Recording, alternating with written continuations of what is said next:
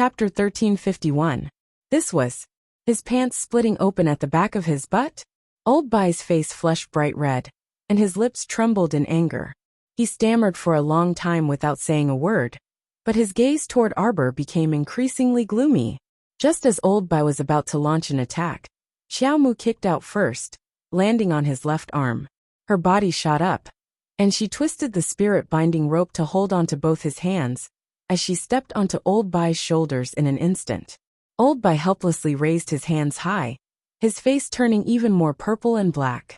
You guys probably don't know one thing. Ever since you guys came to find me last time, as a precaution, I secretly ordered people to destroy all the hidden special passageways, or things like spatial transfer talisman matrices, in the Mo Kingdom capital. Wantonly destroying these passageways meant one thing. People from the middle 6 prefectures, or the upper 3 provinces, could no longer visit the Mo Kingdom capital as they pleased. Once those special passageways were destroyed, it would be very difficult to construct another one within several years. As for the spatial talisman matrices, that was even easier to handle. She had already thought of a way to get it done once and for all. Only she and Mo Lian knew about this matter. Even Duan Yu and the others were unaware. Mu Jingrui's pupils involuntarily contracted when he heard this. Was it like that? This girl could actually be so ruthless and terrifyingly meticulous. Reportedly, the advancement passageway recognized by heavenly law opens once every 10 years. I think you guys can only return through that normal passageway. Arbor sneered. However, you shouldn't have to wait too long. At most, it should be 3 months. Of course, you guys can also take advantage of this passageway, that opens once every 10 years, to bring more people to our Seacone planet. Arbor stood on that old man's shoulder, and expressionlessly gazed at Mu Jingrui. His voice was bone-chilling ice from the netherworld. The prerequisite is that you can hide it from heavenly law. 10 years. Only 10 years' time. I will let all of you clearly know. There is no distinction between upper, middle, and lower. When I step onto the divine province, it will be the day you demons and monsters pay the price in blood. Mu Jingrui's pupils contracted fiercely. He didn't know what kind of feelings he was currently feeling. The young lady before him stood high above on Senior White's shoulder, and she looked at them with an icy cold gaze that was arrogant and indifferent. It caused him to have the indescribable feeling that everyone seemed to be insignificant in her eyes at this moment. He suddenly realized that perhaps it was because of his recklessness that the little girl in front of him was getting further and further away from the Mu family of the Divine Land. 10 years was enough to stir up a storm. Perhaps she didn't even need 10 years. White suddenly sneered. Ignorant brat. Don't be so arrogant. 10 years. Not to mention 10 years. You won't even have 10 minutes. He had decided to kill her. This little girl was too antisocial and hard to control. This kind of girl, no matter how high her talent was, it was impossible for her family to use her. He believed that the old patriarch would definitely understand his painstaking efforts. If such a person existed, it would be a threat to the eldest miss and eldest young master. With this girl's temperament, she would definitely not be willing to be inferior to others. What a pity. A little prodigy was about to lose her life here. A person's life was so short. The path of growth was filled with thorns and loneliness. How pitiful. Her life had already reached its end. Senior White's eyes darkened as he looked up. Goodbye, little girl. You won't have a tomorrow. Chapter 1352. You can't kill me. A cold glint appeared in Arbor's apathetic eyes. When Old Bai's entire body erupted with terrifying spiritual energy, sparkling and translucent snowflakes burst forth from her fingers and collided with the spiritual energy on his body. After several consecutive explosions, Mu Jingrui and the others were isolated outside. Try and see if I can kill you. Old Bai roared angrily. His hands tightened, but he still couldn't break free from the spirit-binding rope. He couldn't help but fly into a rage out of humiliation, hating the lousy rope in his hands.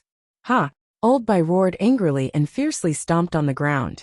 A thin layer of spiritual armor covered his chest. Following that, the muscles all over his body bulged, and his spiritual energy surged inch by inch. Mu Jingrui was shocked and madly rushed to his side. Old Bai! Stop it! I won't allow you to harm my niece. However, at this very moment, the defensive barrier around Old Bai had already frozen the surrounding air, directly creating a spiritual energy barrier in the small plaza outside the main hall. No matter how Mu Jingrui, Lightning, and the others frantically tried to destroy this spiritual energy barrier, it was to no avail. Die! The old man shook his shoulders, only to see the girl's figure floating in front of him. Her expression was grave as she covered her body with several layers of water spirit barriers. Was it useful? Old Bai couldn't help but sneer. He proudly shouted, "Today, let me teach you what the true difference in strength is." In an instant, a huge wave of spiritual energy surged toward Arbor's head. Xiao Zhongbang and his wife used their feeble strength to pound the defensive barrier constructed from powerful spiritual energy. This tiny amount of strength was like an ant trying to shake a tree. It didn't budge in the slightest. Inside the defensive barrier, the huge wave of spiritual energy formed a huge transparent palm. It blotted out the sky as it slammed down toward Arbor's head. Mu Jingrui rapidly consumed the talismans in his hand, intending to break the old man's defensive barrier. Unfortunately, Old Bai's strength was on par with his, and their realms and cultivations were similar. He couldn't break through the barrier at all. Under this palm, Jojo was about to be smashed into meat paste. A fat squirrel the size of a small mountain suddenly blocked in front of Arbor. Before the white squirrel could slap it with its tail, the sky was filled with peach blossoms. They swirled and danced gently, landing on the heads of everyone present. Their clothes were stained with peach blossoms. Arbor didn't understand what was going on. He wiped the peach blossom petals on his little head and looked up at the sky. Everything was going well, so why was there a peach blossom rain out of nowhere? Could it be that the little white squirrel was playing on the peach blossom tree on Paradise Planet and brought it out when it came out? However, there was no end to the peach blossom rain. How could the white squirrel bring out so many peach blossom petals? The white squirrel Chio looked innocently at its little master. It looked up at the sky with its master, and a red dot suddenly appeared in its eyes. As the red dots continued to fall, the figure gradually revealed itself. Under the sky full of peach blossoms, a person in a red robe fluttered in the wind. Holding a pink peach blossom umbrella that only covered one person, she floated down from the sky. As Pink Peach Blossom's umbrella. Right, it was this kind of thing that made people sick of looking at it that appeared in Xiaomu's eyes. That person turned around. His androgynous, little face was so beautiful that it was almost impeccable. Bang! He pointed a finger in the distance. Old Bai, who was originally immensely pleased with himself, suddenly flushed red. Chapter 1353. How is this possible? Lao Bai watched in horror as the spiritual energy he sent out bounced back and instantly circled around him. His body also rapidly expanded in the next moment, as if Lao Bai's eyes widened in shock. Why, he couldn't say a single word. Spiritual energy crazily surged in his Dantian's mystic domain, but it was still of no use. At this moment, Lao Bai already couldn't care less about the heavenly Tao. At this moment, he had already exploded with his cultivation as a peak level, 11 great spiritual master, wanting to resist. However, it was of no use. In the end, all that was left in his eyes was peach blossoms? Bang! Lao Bai suddenly self-destructed in front of everyone, and all the energy was suppressed within the defensive barrier he had set up. Several loud tremors sounded in succession, startling everyone in the residence and causing them to run in this direction. The people outside the defensive barrier were also shocked by this sudden self-destruction. They all stared dumbfoundedly at Lao Bai's miserable appearance. Turned into scattered ashes? This was the true difference in strength. Arbor blinked and turned her head to look at the red-robed man, who was holding a pink peach blossom umbrella and standing at the side with a smile. His figure was slender and beautiful. He really had an appearance that could overturn a city with a smile. He wasn't any worse than her emolien. An illusion. It must be an illusion. How could there be someone in this world who could kill a great spiritual master with just a finger? She couldn't do it to such an outrageous extent. Xiaomu secretly twisted her small arm lightly. Immediately, she didn't feel any pain. She became more and more convinced that everything in front of her was an illusion. Da-da-da, she walked out of the defensive barrier. The man with the pink peach blossom umbrella followed her gaze and blinked. Why did he feel like he was being ignored? That old ghost was already dead, and the defensive barrier he had set up also disappeared. Xiaomu smoothly walked out of that defensive boundary, and as soon as she walked out, Wei Ziqin hugged her and bawled her eyes out. Just now it was really too dangerous. Wei Ziqin's heart almost jumped out. She thought that she might lose her daughter forever. Arbor expressionlessly patted his mother's back to comfort her. He looked up at Mu Jingrui, who was looking at him with a complicated expression, and coldly said, "You're still not leaving?" Mu Jingrui looked at her with a complicated expression and nodded. "I'll leave now." He was too ashamed to stay here any longer. The men he had brought with him had disregarded his orders and tried to kill his little niece. He was speechless. "Jojo, I hope you'll reconsider. There's one thing that Old Bai is right about. Having a powerful clan will definitely be beneficial to your future." "Do you think I need that?" Arbor glanced at him coldly. Mu Jingrui couldn't help feeling bitter. That's right. A young genius who could draw the god-inviting talisman and invite the immortal venerable. Why would he care if others supported him or not? It was not necessarily a good thing that his little niece bore a grudge against the Mu family of the Divine Land. Lao Bai was too rash in dealing with matters. "Jojo, I'll investigate the spatial talisman matrix you mentioned after I return. If I find out that it's really related to our Mu family, I'll definitely ferret that person out and hand him over to you for punishment. I hope you'll do as you say." Arbor glanced at him indifferently, not holding much hope in his heart. Chapter 1354. Because she was very clear that this person had concealed himself deeply from her previous life to this one. Perhaps Mu Jingrui alone could not deal with him. Arbor shook her head and turned to look at her sobbing mother, using a handkerchief to wipe her tears. "Mom," she said softly, "when I was in Jiaozhong base, I was chased by a group of people of unknown origins. At that time, I was besieged by more than a dozen people, and the situation was even more dangerous than it is now. I suspect that this pursuit has something to do with my birth," Arbor said mildly, looking at her mother with a sincere gaze. "Mom, many times, it's not that the enemy will let us off if we take a step back. Mom, they don't want me to live well. They don't want me to appear in the divine mainland one day. They want my life. They want me to suffer for the rest of my life, by every means possible. Mother, they're controlling me like a marionette, trying to ruin my life." Arbor hugged her mother's shoulders and stared straight at her. "I can't retreat, you know? I have nowhere to retreat. I can only continue to survive by continuously fighting and advancing. Mom, don't be sad, because I'm already very clear that this is my life.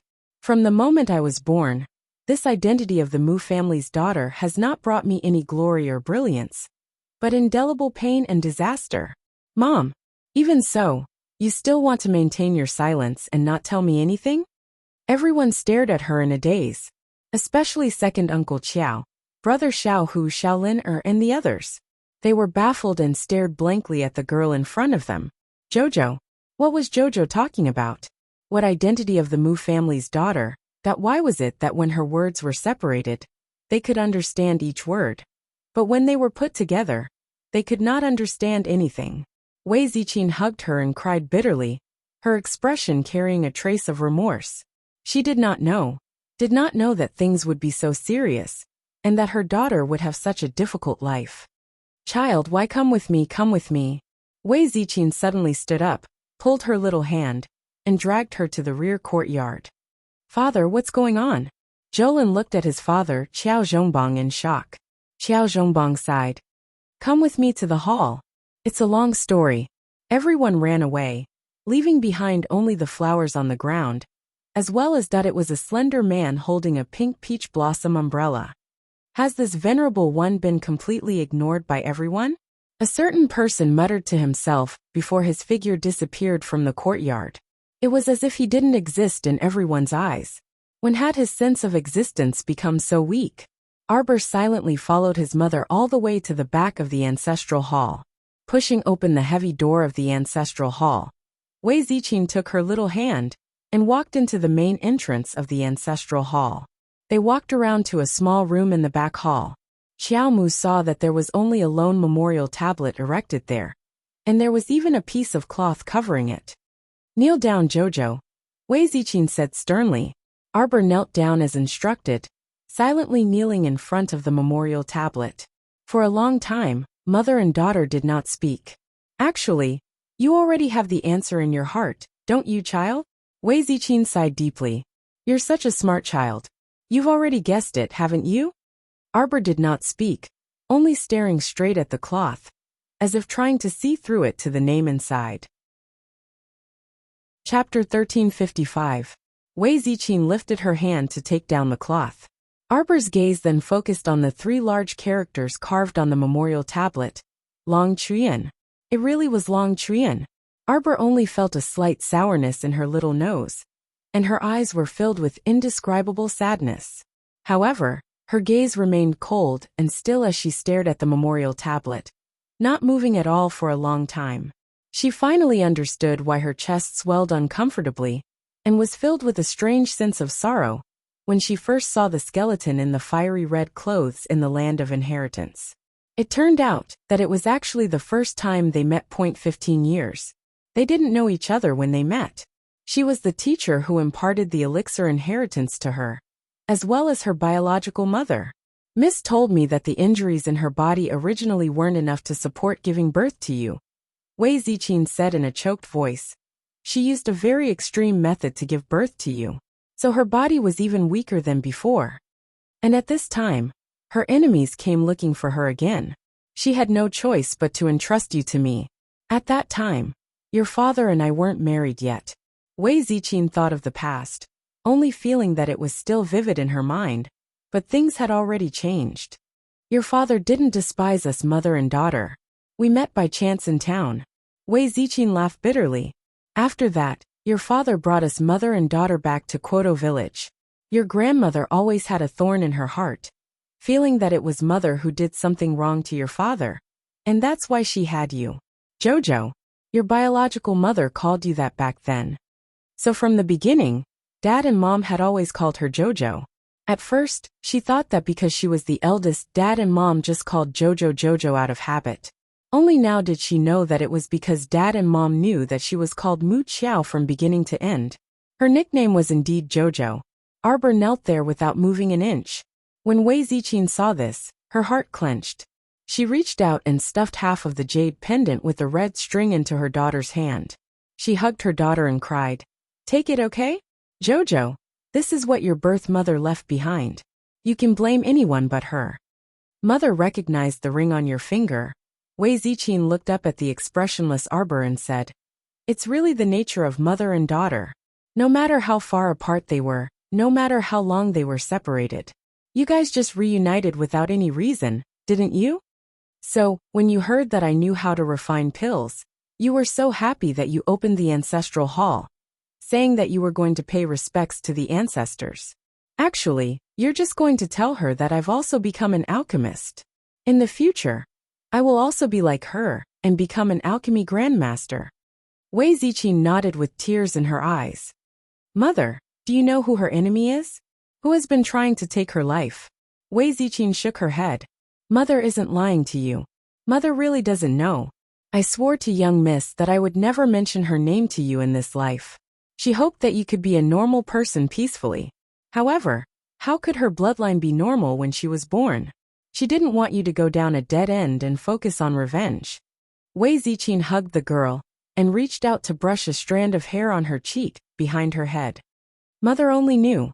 When young miss gave birth to you, she told me that she didn't have long to live. But mother really didn't know that she would actually set up an inheritance mystic realm and let herself die alone in the mystic realm." Wei Ziqing's voice choked with sobs. Chapter 1356. "Mom, didn't I tell you? Her inheritance mystic realm is set up on the mountain behind our Quoto village." Wei Ziqing was startled. She pursed her lips and shook her head. She probably thought that even if she died, she would still want to be a little closer to you. "Child, you are a concern that she can't abandon. Wei Ziqin held her daughter's hand and tightly held that half-jade pendant in her palm. Believe Mom. As long as there is a sliver of hope, your biological mother wouldn't hand you over to me. Wei Ziqin said softly as she stroked her daughter's head. So don't hate her, okay? I don't hate her, Arbor said indifferently. Wei Ziqin's eyes filled with tears. But you are so cold. Mom's heart aches when I see you. Mom, don't think too much. My mind is just a little confused for a moment. Arbor held her hand and said indifferently. Mom, you swore to her that you wouldn't tell me the truth. But today, you personally broke this oath. Her mother valued promises so much. In her previous life, when her family was so poor, her mother had never thought of sending her, a burden, away. And her father, this honest and stupidly filial man, never thought of sending her away either. Are they stupid? Aren't these two stupid? Why didn't they send her away? They should have just sent her away and left her to fend for herself. In her previous life, she was the one who dragged their family down. It was her. It was her, this jinx. What does it matter? My daughter's safety is the most important. Wei Ziqin smiled with tears in her eyes. After hearing all this, do you have any clues? Child, seeing her in a daze, Wei Ziqin reached out to shake her body. Then she cried, Child, you mustn't go down a dead end. You have to be clear about one thing. No matter what your surname is, you are Dad and Mom's child. Dad and Mom don't have much ability, but we will definitely do our best to protect you for life. Mother, I know. Arbor came back to his senses and wiped his mother's face with a handkerchief. You've always been a good mother. In my heart, you and Dad are my parents. There's no difference. Wei Ziqin burst into tears. She was both moved and emotional. Child, do you have any clues? Arbor shook his head and nodded. I suspect that the people who are targeting me are her enemies. But right now I don't know who they are. Mother, don't worry. Your daughter isn't that weak now. She would protect the entire family for sure. Wei Ziqin nodded. All right, Mother believes in you. Mother, I want to stay here for a while longer. Arbor's expression was getting colder and colder. Wei Ziqin nodded. Then don't stay too long. This place is cold. Xiaomu hummed in assent as she watched her mother walk out of the ancestral hall's main entrance. Her mother's shadow on the ground disappeared from her sight. She didn't know how long she had been sitting alone in the ancestral hall. It seemed to have been so long that her breathing was fading. Only then did she slowly raise her head. She reached out to take the memorial tablet and hugged it in her arms. It was a very cold feeling. It was as if the coldness had penetrated the deepest part of her heart. She shuddered violently. Hugging Long Qian's memorial tablet, she muttered to herself, Long time no see. 26 years and 15 years later, she finally found out that her biological mother was Long Qian. Her tears fell silently. Chapter 1357. No matter how Long Qian wished for her to live a peaceful life, in reality, it was impossible for her to live a peaceful life. The group of people targeting Long Qian would not stop attacking her. She could only fight back in order to continue living. So, I'll have to disappoint you that she would eventually return to the Divine Continent and seek justice for her past and present lives.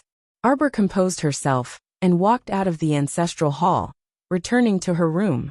But when she pushed open the door, she was a bit stunned. She went to the wrong room. Sorry, I went to the wrong room. The little fellow stammered and left the room. Then, she looked around with a dumbfounded expression, then looked at the room's door. That's right. This was her boudoir. But who was that man lying on the brocade couch in front of the window that she often used to read? Who are you? Arbor kicked the door open. The little fat squirrel sitting on the side couldn't help but cover its furry face. Just now, it had also courted disaster by asking this devilish man. But in the end, it was kicked out of the window by him. This tea is bland and tasteless. It doesn't taste good. Bring me the wine. The man who was lying on her brocade couch did not have a proper appearance. He crossed his legs and cast a sidelong glance at her. Scram! Our dear Xiaomu angrily roared. Where did this devilish man come from? He actually dared to barge into this darling's boudoir, and even openly lay on her soft brocade. This was simply outrageous. In the next moment, A certain person discovered that she had been flung out of the room with a flick of his sleeve. She staggered back a few steps. The little fat squirrel didn't know whether to laugh or cry on its furry face. It hurriedly jumped up and hugged one of the devilish man's arms, making a fuss. Great celestial supremacy, don't be angry, don't be angry. Master's memory isn't too good. Your memory is actually so bad at such a young age. The man muttered and glanced at the little girl who had angrily jumped in from outside the door. Who the hell are you? This guy was too powerful. She didn't see him move, but she was flung out of the room by him. The most ridiculous thing was that, combined with her scram, just now, the result was that the one who scrammed out of the room was actually herself. Really? This darling was so angry. Master, master, master. The little fat squirrel hurriedly jumped onto her shoulder and nuzzled her neck, whispering, Him? Lord Immortal? I don't know him. Arbor was baffled. A certain venerable immortal glanced at her with watery eyes. Suddenly, Chunhua smiled brilliantly. Do you want this venerable to help you remember? Arbor shivered inexplicably and quickly shook his head. No need. Then, do you remember who I am now? Arbor tilted his head and thought for 3 seconds. A certain venerable immortal suddenly flew over from the brocade couch and instantly arrived in front of her. His handsome face darkened as he roared. Do you need to consider for so long? You're the guy who used a finger to make that old geezer from the Mu family in the courtyard self-destruct on the spot. Arbor's brain circuit suddenly came back, and she hurriedly shouted out. The fat squirrel clapped his little furry paws in surprise. Master, you're awesome.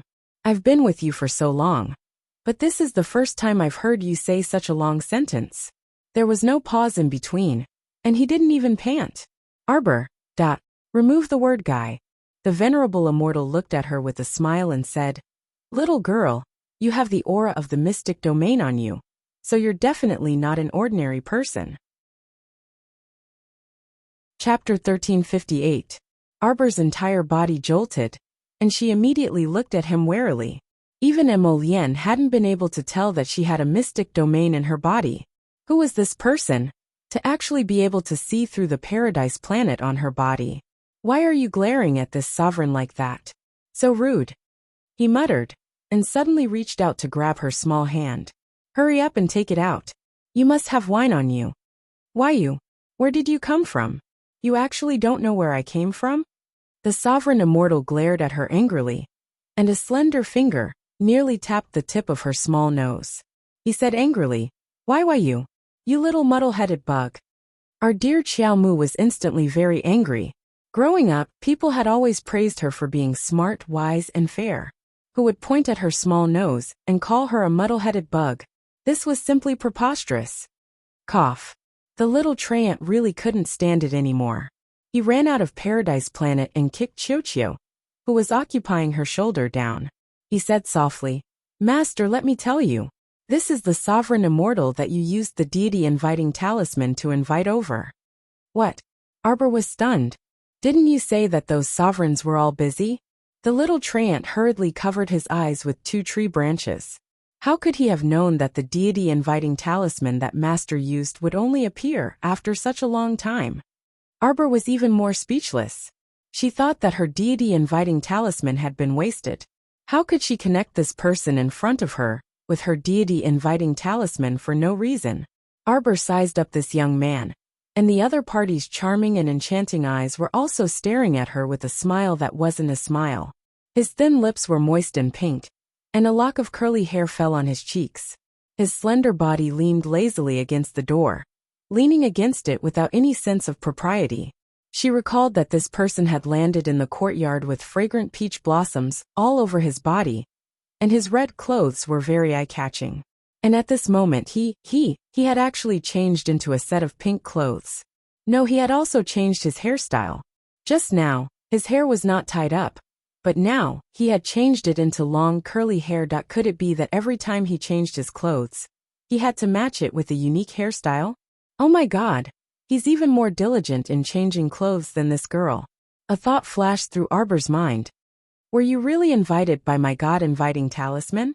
Are you the Peach Blossom Immortal Venerable? At least you know your stuff. The man nodded and looked at her as if she was a promising child. Child, what's your name? Arbor. The venerable peach blossom immortal glanced at her, and suddenly laughed. Aren't you from a talisman aristocratic family? You're trying to trick me, right? I clearly heard them saying that your surname is Mu. Arbor's little face immediately turned gloomy. He immediately turned around and left. The venerable peach blossom immortal was stunned and subconsciously blocked her. TSK, such a temper at such a young age. Okay. I'll call you Arbor, okay? How about I tell you my name, and you give me good wine? Aren't you called Peach Blossom? You're called Peach Blossom. The venerable peach blossom immortal looked at her speechlessly. Why did he feel that if he continued to argue with this child, he would be angered to death? As the two of them talked by the window, Lightning, who was squatting on the tree, hurriedly took out a communication jade talisman from his pocket and scribbled a few lines of words. Without another word, he reported to the Crown Prince. Your Highness, bad news. There's another man in the Crown Princess's room. You've been cheated on again. Chapter 1359. Those two members of the Fan clan who attacked the Crown Princess probably left our Seacombe planet through a special array. Guifeng was currently reporting the Fan clan situation in the study. According to the Crown Princess's explanation, that kind of spatial talisman array consumes talisman energy each time it's used. The further the distance, the greater the talisman energy consumption. If talisman energy can't be replenished in time, it can't be used multiple times. Guifeng coughed lightly and said, in this subordinate's opinion, those two members of the Fan clan probably planned their escape beforehand. They simply didn't think of turning back. Emolienne closed the booklet in her hand and sneered. They got off easy. Your Highness, how should we deal with the members of the Fan clan? The Fan clan produced two degenerates who rebelled and plotted against the Crown Princess. It's family head Fan's fault for not properly disciplining them. As the head of the clan, he naturally has to bear the main responsibility. Go behead family head Fan in public. As for the rest of the Fan clan, banish them all from the capital, and never let them return. Emolienne narrowed her eyes as she coldly ordered. He wanted to let all the forces in the entire Mo Kingdom capital know not to provoke his little crown princess again. Huifeng's mouth twitched, and he nodded and cupped his hands. Yes, this subordinate will handle it right away. Emolienne nodded, her expression faintly weary. These trivial matters were messy and very annoying to deal with. Suddenly, she felt the jade messenger talisman in her pocket heat up slightly, so Emolienne took it out. Upon seeing it, she immediately jumped up from her stool. Guifeng had just left the room, and didn't have time to instruct who to do what when he turned around, only to see His Highness the Crown Prince rushing outside in a flurry. In the blink of an eye, he was gone. Guifeng, that what was going on? Just now, the Crown Prince was still sitting calmly at his desk, dealing with matters. Why did he run off in such a hurry before 3 minutes had even passed? On the other side, Arbor took out a jar of bamboo leaf brew from Paradise Planet and placed it in front of the venerable Peach Blossom Immortal. He looked at him curiously and asked, how long can you exist? Little girl, you speak as if I'm a summoned creature. How long do you think I'll exist? Isn't this the talisman you drew? The venerable Peach Blossom Immortal flicked her forehead in annoyance and took the bamboo leaf brew from her. Opening the seal, a rich wine aroma wafted out. Not bad at all. The venerable Peach Blossom Immortal poured himself a cup of wine and narrowed his eyes. Oh my God! It had been a long time since he had drunk such good wine. Sure enough, living in the mortal world was great. He could eat and drink as he pleased. How long had it been since he had tasted such a feeling? Unlike that damned place where they came and went, there was only a vast expanse of white mist. Everyone was drinking the wind and admiring the moon, cultivating without eating. They were like idiots every day. Arbor smelled the aroma of the wine and looked a little puzzled. She remembered that when second uncle gave this batch of bamboo leaf brew to her back then, they had taken 3 to 4 jars to drink. At that time, there hadn't been such a rich wine aroma. Could it be that the rich mystic energy in the mystic domain had imperceptibly transformed it? Good wine. The venerable Peach Blossom Immortal poured himself another cup. Arbor couldn't help but feel curious when she saw him drinking so happily. Was it really that good? She took a cup and was about to reach for the wine jar when that fellow snatched it away. Shoo shoo shoo. What's a child drinking wine for? He flung his sleeves at her in disdain. You're the child. Chapter 1360. Arbor tugged at his sleeve and reached out to snatch the wine in his hand. Amused, the venerable Peach Blossom Immortal raised his hand and tried to pinch her expressionless face. Children should act like children. Why are you pulling a long face all day? I'm an adult. With a taut face, Arbor turned around and dodged his fingers. She said angrily, Your family is full of children. TSK. The venerable Peach Blossom Immortal raised his head and gulped down the wine in one gulp, emptying the contents of the jug. Arbor glared at him coldly. Give me 2 more pots. No more. Who are you trying to fool? The venerable Peach Blossom Immortal flashed to her side and spread out his slender, jade-white fingers, shaking them in front of her. We agreed earlier that I'll tell you my name, and you'll give me wine. Who agreed with you? Arbor twisted around and aimed the back of her head at him. Listen carefully, this venerable one's name is Rotten Peach Blossom. You're the Rotten Peach Blossom. The venerable Peach Blossom Immortal raised his hand, and peach blossom petals sprouted from his slender wrists, as if there was no end to them. This is merely a form that I created by activating the wood spirit. A certain venerable immortal glanced at her irritably.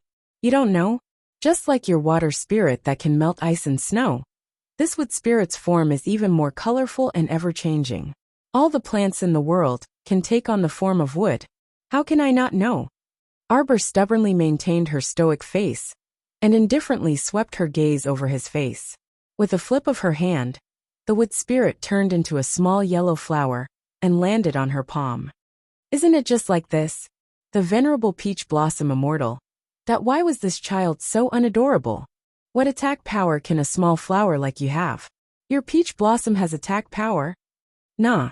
My cultivation has already reached the stage where even a few small peach blossom petals can hurt people. You're different. With your current cultivation as a level 14 little mystic cultivator. Just now, you had to do that in order to injure the great spirit master. As he spoke, the venerable Peach Blossom Immortal's hand quickly condensed a wave of wood spiritual energy. In an instant, it transformed into a man-eating flower with its mouth wide open.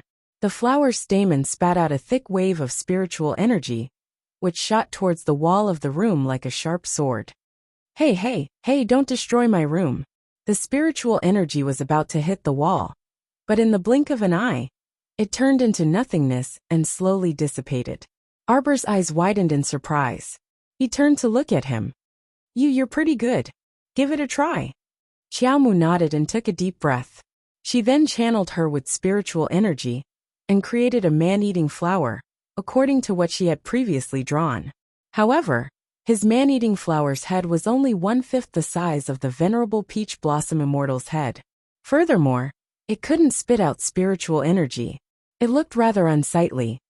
Take it slow. You're smart. The venerable Peach Blossom Immortal couldn't help but pat the child's head and nodded. Bam!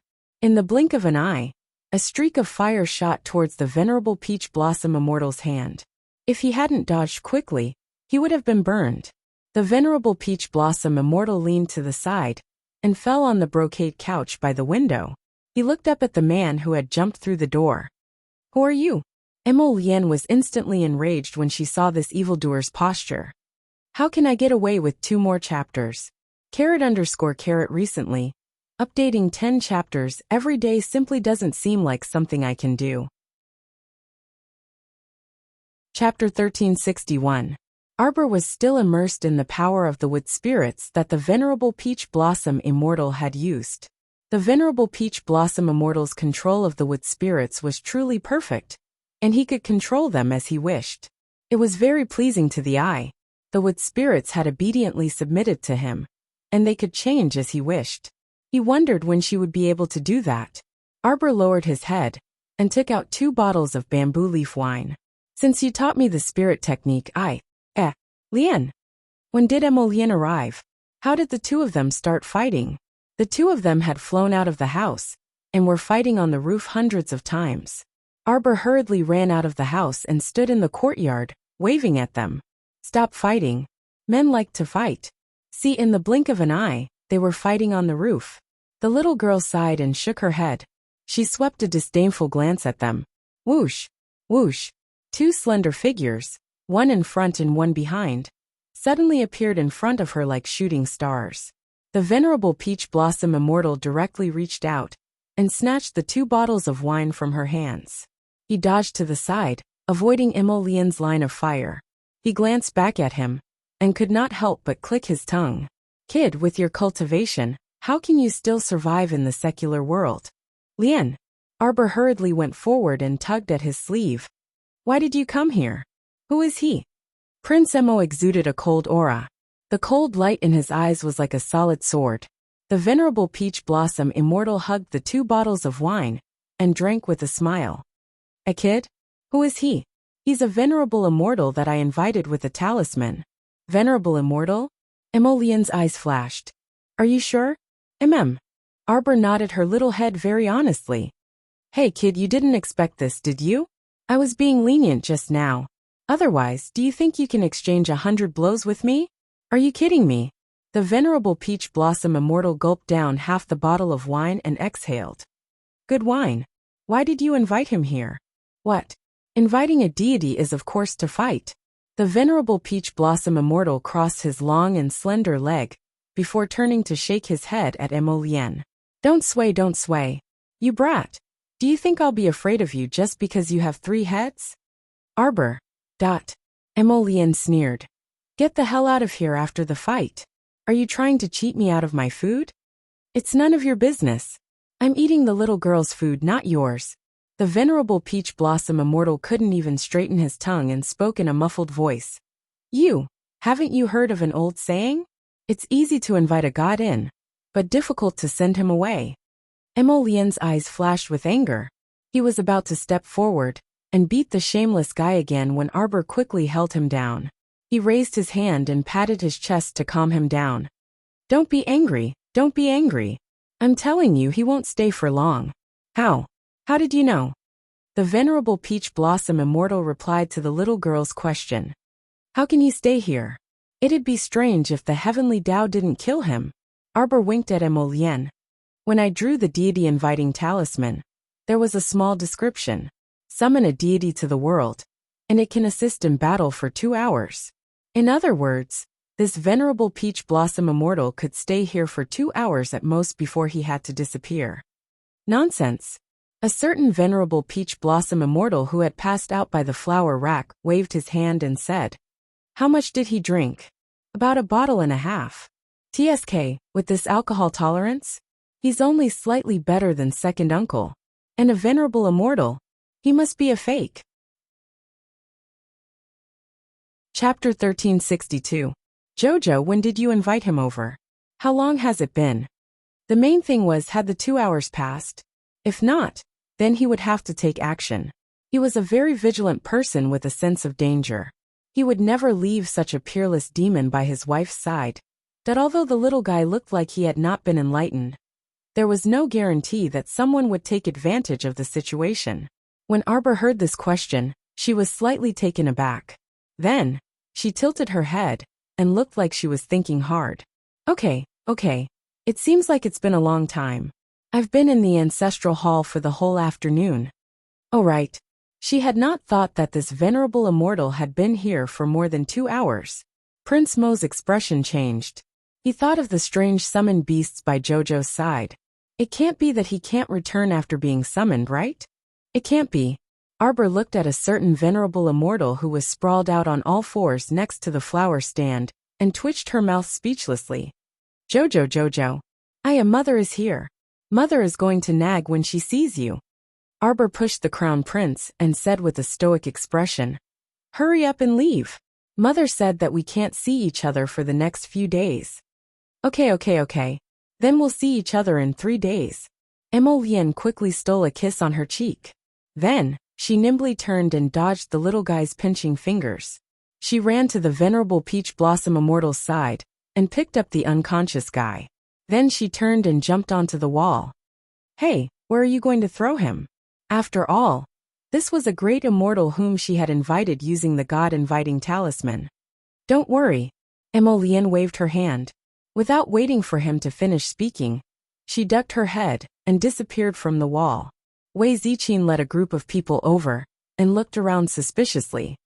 Jojo, who are you talking to? No one. Arbor turned to look at her mother. Wei Ziqin was only puzzled for a few seconds, and then her face was full of joy again. Child, come and try it on. I've changed your wedding dress. I told you my daughter has lost a lot of weight. Look at her waist. It's so thin that you can't even see it. Mother, it's not that exaggerated. One day later, Emolian sent Xiaomu a message. That fellow that you said would disappear in 2 hours is still in the palace right now, happily feasting on fish and meat. Arbor. The days flew by amidst the bustling preparations. On the day of the wedding ceremony, the palace had sent a lot of things, such as jewelry, clothing, daily necessities such as gold, silver, jade and so on. There were more than 100 types of hairpins inlaid with various gems and pearls. The fur used to make all kinds of bedding and jackets was divided into mink fur, otter fur and fox fur. There were more than 100 sheets of each, and countless pieces of silk and satin. Naturally, they wouldn't lack the various kinds of rice and food that they needed now. Arbor couldn't be bothered to look through these things. When her mother had people send them to her courtyard, she just let them spread out on the ground. The day before the wedding, the Qiao family sent the crown princess's dowry to the eastern palace. That was truly 1,000 mu of fertile land, 10 li of red dowry that dazzled one's eyes. When the dowry was carried out, it indeed formed a long winding dragon. The items placed in the open space in front of Qiaomu's courtyard nearly filled up the entire courtyard.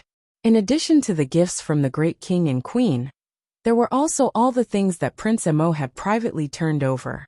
There were deeds to houses, land and shops. It was a dazzling sight. She knew that her husband was a rich man, but when this pile of things was placed in front of her, she really felt dizzy. It's over. Chapter 1363. On the day of the wedding, the crown prince went to the Longevity Palace in his royal robes and kowtowed to the Queen Dowager and the great king. Queen Zhao's eyes were filled with warmth as she gazed at her outstanding son.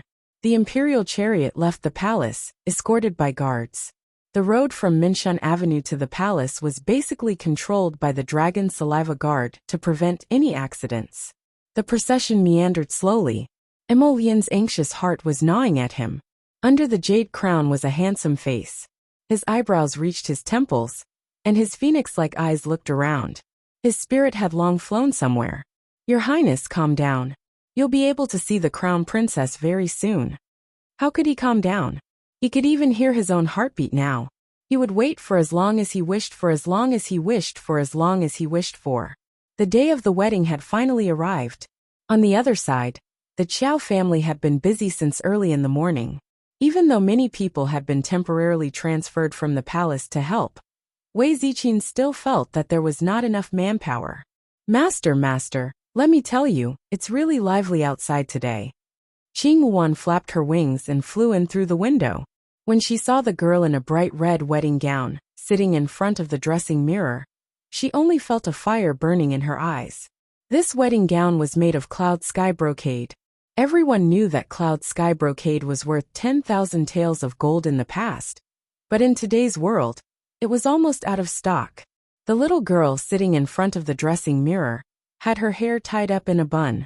She was wearing a bright red wedding gown, which complemented her delicate little face. She lifted her wrists slightly, and her skin was as smooth as cream. There was only a white jade bracelet engraved with a green pine tree on her wrist. When she stood up, her cloud sky brocade spread out in layers. On her feet was a pair of lotus flower embroidered boots. When she walked, it was as if a red cloud had spread out, and a fragrance filled the air.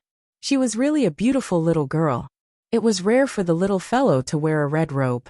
When she wore it occasionally, it really made people unable to take their eyes off her. Those female attendants who had never been close to her before had been transferred over to serve her at the last moment. Looking at the expressionless expression on her smooth and exquisite little face, they couldn't help but secretly guess if the crown prince consort was dissatisfied with this marriage. However, that cold little face coupled with this fiery wedding dress, was really indescribably unique and beautiful. As soon as the auspicious hour arrived, the little crown princess was escorted to the central hall by a crowd of people. She was welcomed into the main hall in a lively manner. Xiao Zhongbang and his wife looked at their daughter with gratification. Second uncle, second aunt Xiaohu, and the rest had all changed into new clothes and were sitting in the main hall, waiting for her to come. Xiao Lin held her younger brother's hand and wiped away her tears with the little monk. However, looking at the bulging bags, they should have already received a lot of gifts. That a crowd of people crowded around her, as they noisily walked in the direction of the imperial carriage. When she looked up, she could see the crown prince, dressed in a royal robe, impatiently walking in from the main entrance in a magnificent manner. The moment the two groups of people met, Prince Emo had just taken his little wife's hand with a smile. However, he saw that the little girl's body was suddenly enveloped by a red and greasy light. That smear of red was so dazzling that it almost stole the brilliance of the wedding gown. In an instant, it exploded from her body. Screech. After a phoenix cry, a dazzling light suddenly flew up from her body and instantly dyed the entire Minshan Avenue with a bright red luster. Chapter 1364. Everyone was stunned for a moment as they looked up at the sky. It was an egg. An egg flew out of the crown princess's body and rolled in the air, emitting rays of red light. Emo Lien subconsciously grabbed Arbor's wrist and held it tightly in her hand. Her gaze followed the crowd and looked up at the sky. The egg rolled in the air for a while before it suddenly made cracking sounds, and cracks appeared on the eggshell. Red light shot up into the sky and overflowed, almost blinding everyone's eyes. Arbor blinked and blinked again. He suddenly pointed at the egg in the air and said, "It's coming out." Screech. After another phoenix cry, the damage to the eggshell became greater and greater. After a few more cracking sounds, bang, the eggshell completely shattered, and every piece of eggshell was suspended in the air. Immediately after, a fiery red light jumped out of the egg and was wrapped in layers of red mist. At first, it was unclear what it was, but after all the eggshell fragments were sucked in by the red mist, in just a few moments, a pair of dazzling crimson wings suddenly stretched out from the fog. It spread out and covered the sky, blocking the dazzling red sun and the pure white clouds. My God, what is that? It looks like a an ancient phoenix.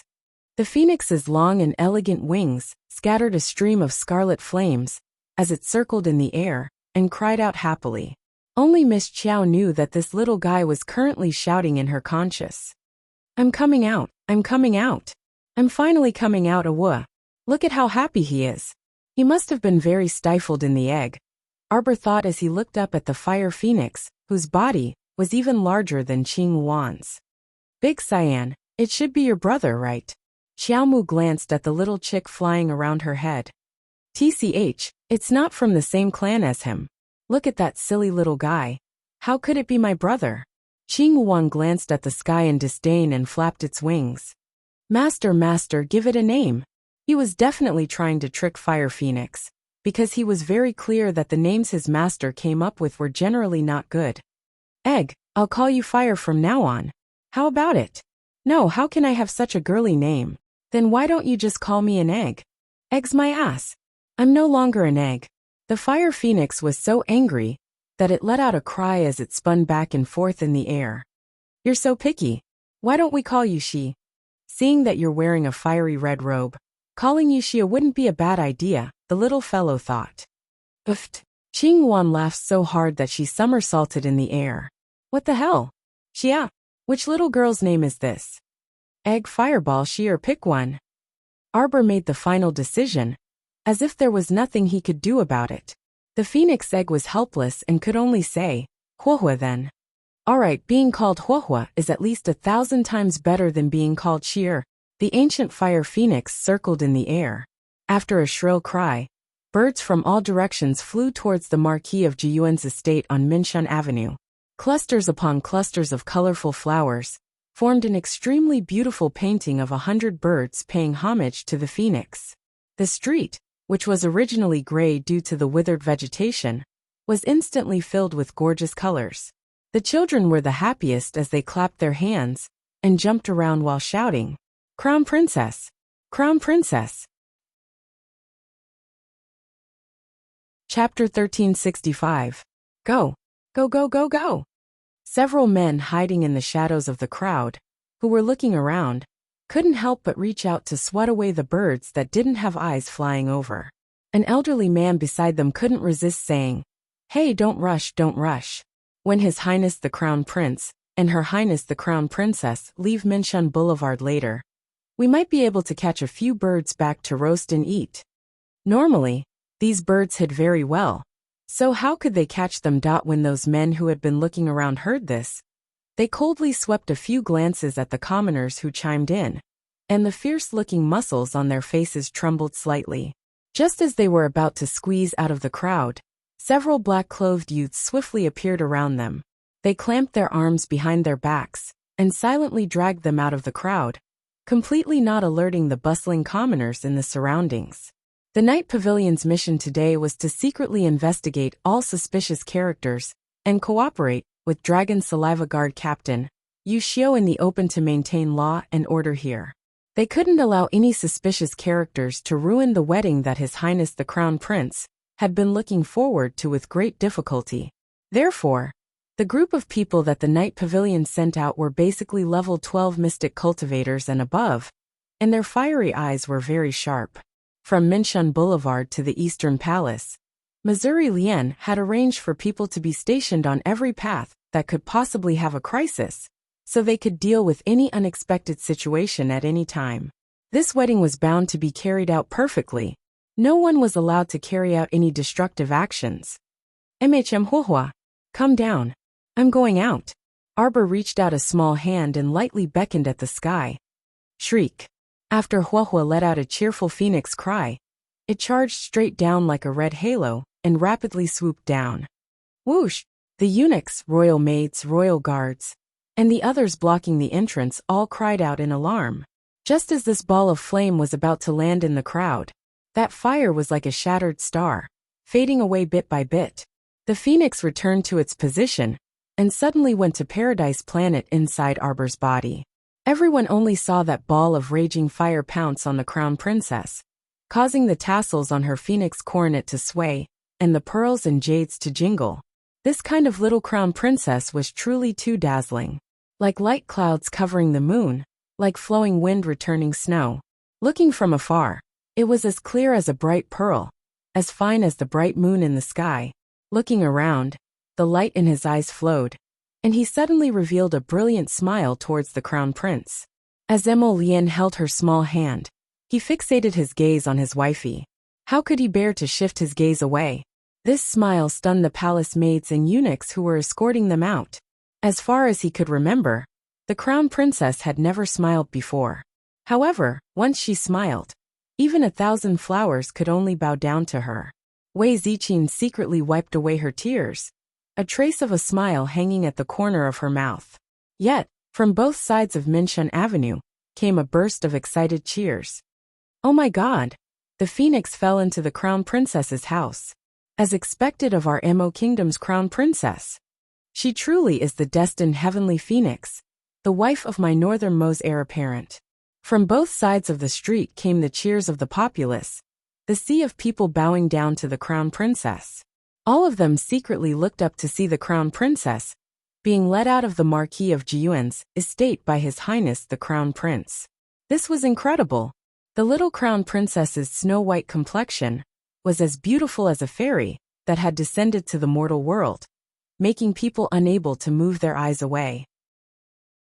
It was only when the Crown Prince helped the Crown Princess onto the imperial carriage that the two people set off, slowly leaving with the royal guards surrounding them.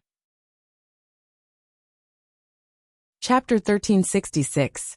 After boarding the royal carriage, Crown Prince Mo also tightly grasped her petite hand the entire time, his phoenix eyes fixated on his wifey. Arbor turned to glance at him. Why do you keep staring at me? You look especially good today. Lien murmured softly. He raised her small hand to his lips and kissed it. What should I do? I don't want others to see you like this. You look good today too. Arbor's eyes suddenly lit up, and she nodded before adding, especially good looking. Emolien almost laughed out loud. He held her small hand and said, Jojo, when you smiled at me just now, do you know what I was thinking? Arbor shook her small head. I was thinking that it would be great if I could capture that moment in a painting. This kind of smile is what I like the most, and I want to always have it. It's the most precious thing in my life. He moved his fingers and gently pinched her small hand. Arbor pursed her small lips, and her fingers lightly crawled in his palm. No need. There's no need to go through the trouble of capturing it in a painting. The little fellow blinked and looked at him as she said, If you want to see it, I'll give you a smile. Happiness came so suddenly that Prince Emo was about to burst with joy. He reached out, wanting to pull her into his arms. But then he remembered that they were in the imperial carriage, and there were people everywhere. So he could only restrain himself. His eyes curved into crescents, and he was filled with a gentle smile. Jojo, you're so good to me. That's true. Arbor nodded. The moment the imperial carriage exited Minshun Boulevard, it was blocked by a gift-bearing procession at the intersection. 8 white horses with hooves treading on snow led the way, followed by a string of people holding trays. They stood quietly in front of the crowd. Xiao 11Z, who was accompanying them, quickly ran over and whispered a few words into the crown prince's ear, who was leaning down slightly. The crown prince's handsome face immediately turned ugly. The 4th young master of the Duan clan congratulates the crown princess on her wedding. We present 8 pairs of jade heavenly thunder, 18 soul-seizing ice soul beads, 1 illusory sea golden robe, 1 firefox armor, 3 phoenix cloud blades, 5 grand emperor spirit pills, 100 dotted star leaves. All kinds of rare treasures, hidden weapons, divine weapons, spirit pills, and miraculous medicines were listed for about the time it takes for an incense stick to burn. Arbor looked back at Emolien, and the couple looked at each other. The commoners on the street were dumbfounded and speechless for a long time. This list of gifts was too frightening. There were things like jade heavenly 9 lightning, and illusory sea golden thread robe. Commoners like them had never heard of such things since they were born. This Duan 4th young master was really generous.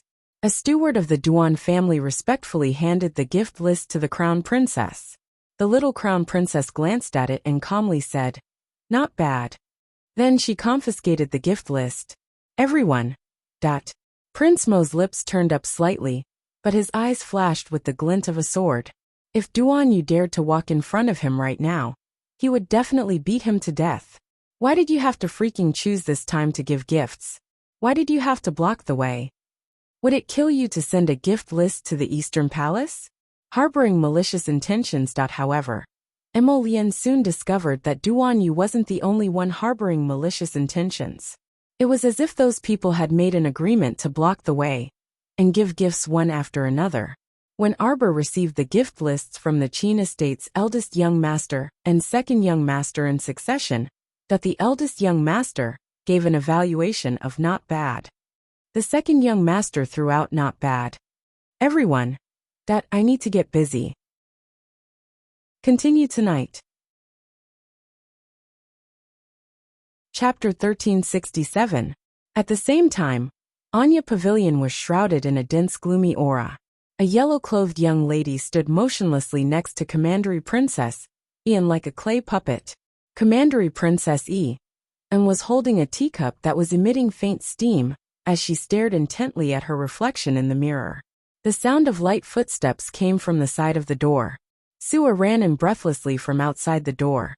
Seeing Commandery Princess Ian look over, Sua shook her head helplessly.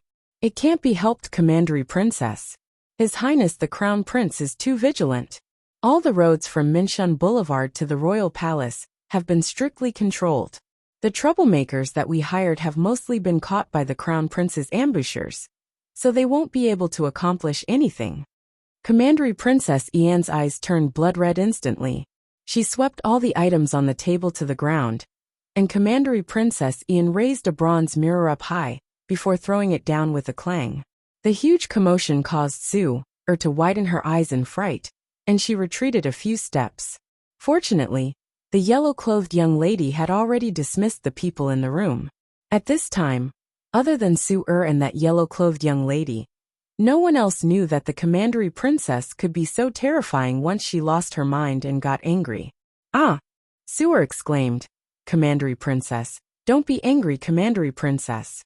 Tell me, which part of me is inferior to that little bitch? Why did he choose her and not me?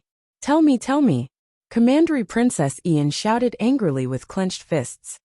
I think that Commandery Princess is 1,000,000 times better than her in every way, Su-er said against her will. But he chose her and not me. Commandery Princess Ian was so angry that she flipped over the table and stood up with a bang. She was about to rush out without thinking. I'm going to find the Queen Dowager. Commandery Princess! Commandery Princess! Before Commandery Princess Ian could dash out the door, a yellow-clothed figure abruptly shot in front of her and stopped her. She looked at her solemnly and asked, Commandery Princess, what identity do you plan to use to discuss this matter with the Queen Dowager? If it is the 9th Miss of the Marquis of Suan's estate, then your identity is still not good enough for His Highness the Crown Prince, the yellow-clothed young lady said dryly, her tone very calm. She was not mocking her, only stating the truth. If it is the Queen Dowager as a commandery princess, that was even more laughable. How could the Empress Dowager not know what the princess was thinking? But did she say anything? She just wants to find you a good marriage partner and marry you off as soon as possible. This is her pity for you as an elder. If you stubbornly intend to cause trouble in front of her, you will only wipe away the last bit of pity she has for you. The yellow-clothed woman's words were like a bucket of cold water that splashed Commandery Princess Ian awake. Ming Qian. Commandery Princess Ian's lips trembled as she crouched down and hugged herself, shuddering as she hugged herself into a ball. Do you know, I like that person a lot, like. Ever since I was young, I've felt that he was like a ray of light, so dazzling that it was daunting. Sometimes, you don't need any reason to like someone. You know, I really want him to take a closer look at my eyes, to let him feel my deep love for him. However, such a small wish cannot be fulfilled, because that person's gaze had never stopped on her for even a second. Never. That was why she felt so indignant. Despair. Chapter 1368. Sigh. The yellow-clothed girl, Ming Qian, helped her up. Why bother? If you were willing to listen to me, you wouldn't have to be so stubborn. The yellow-clothed girl was quite perceptive.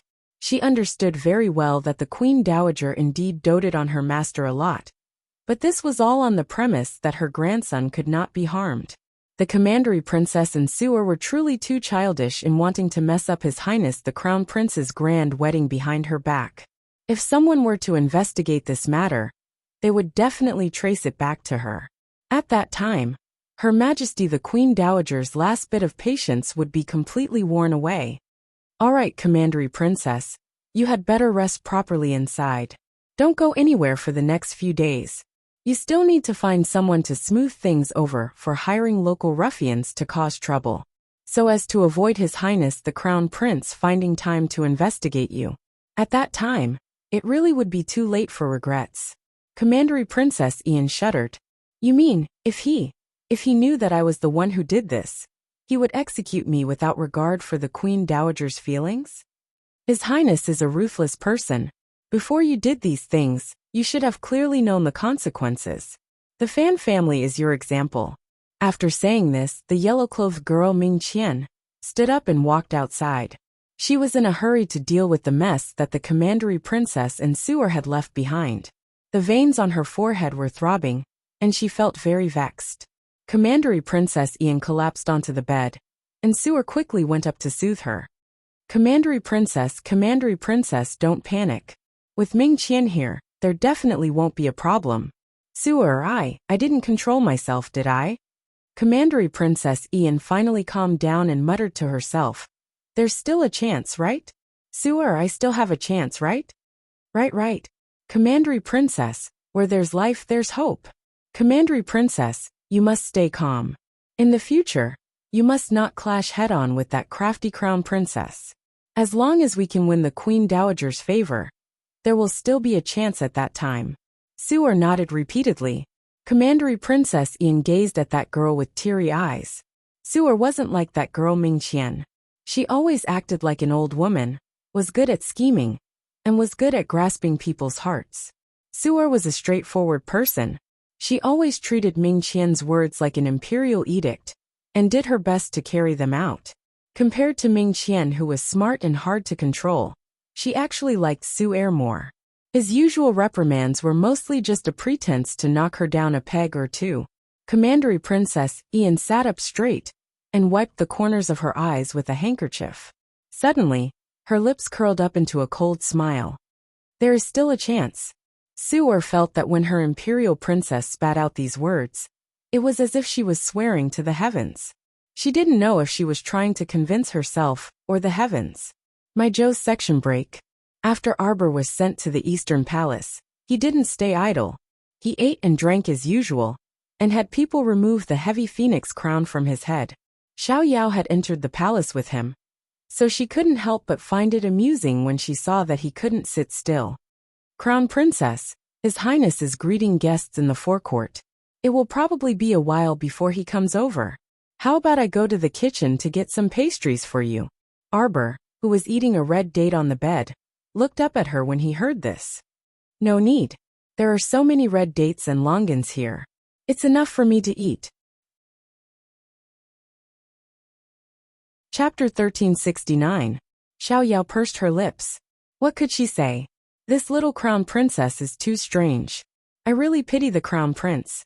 He still has a long way to go. Cough.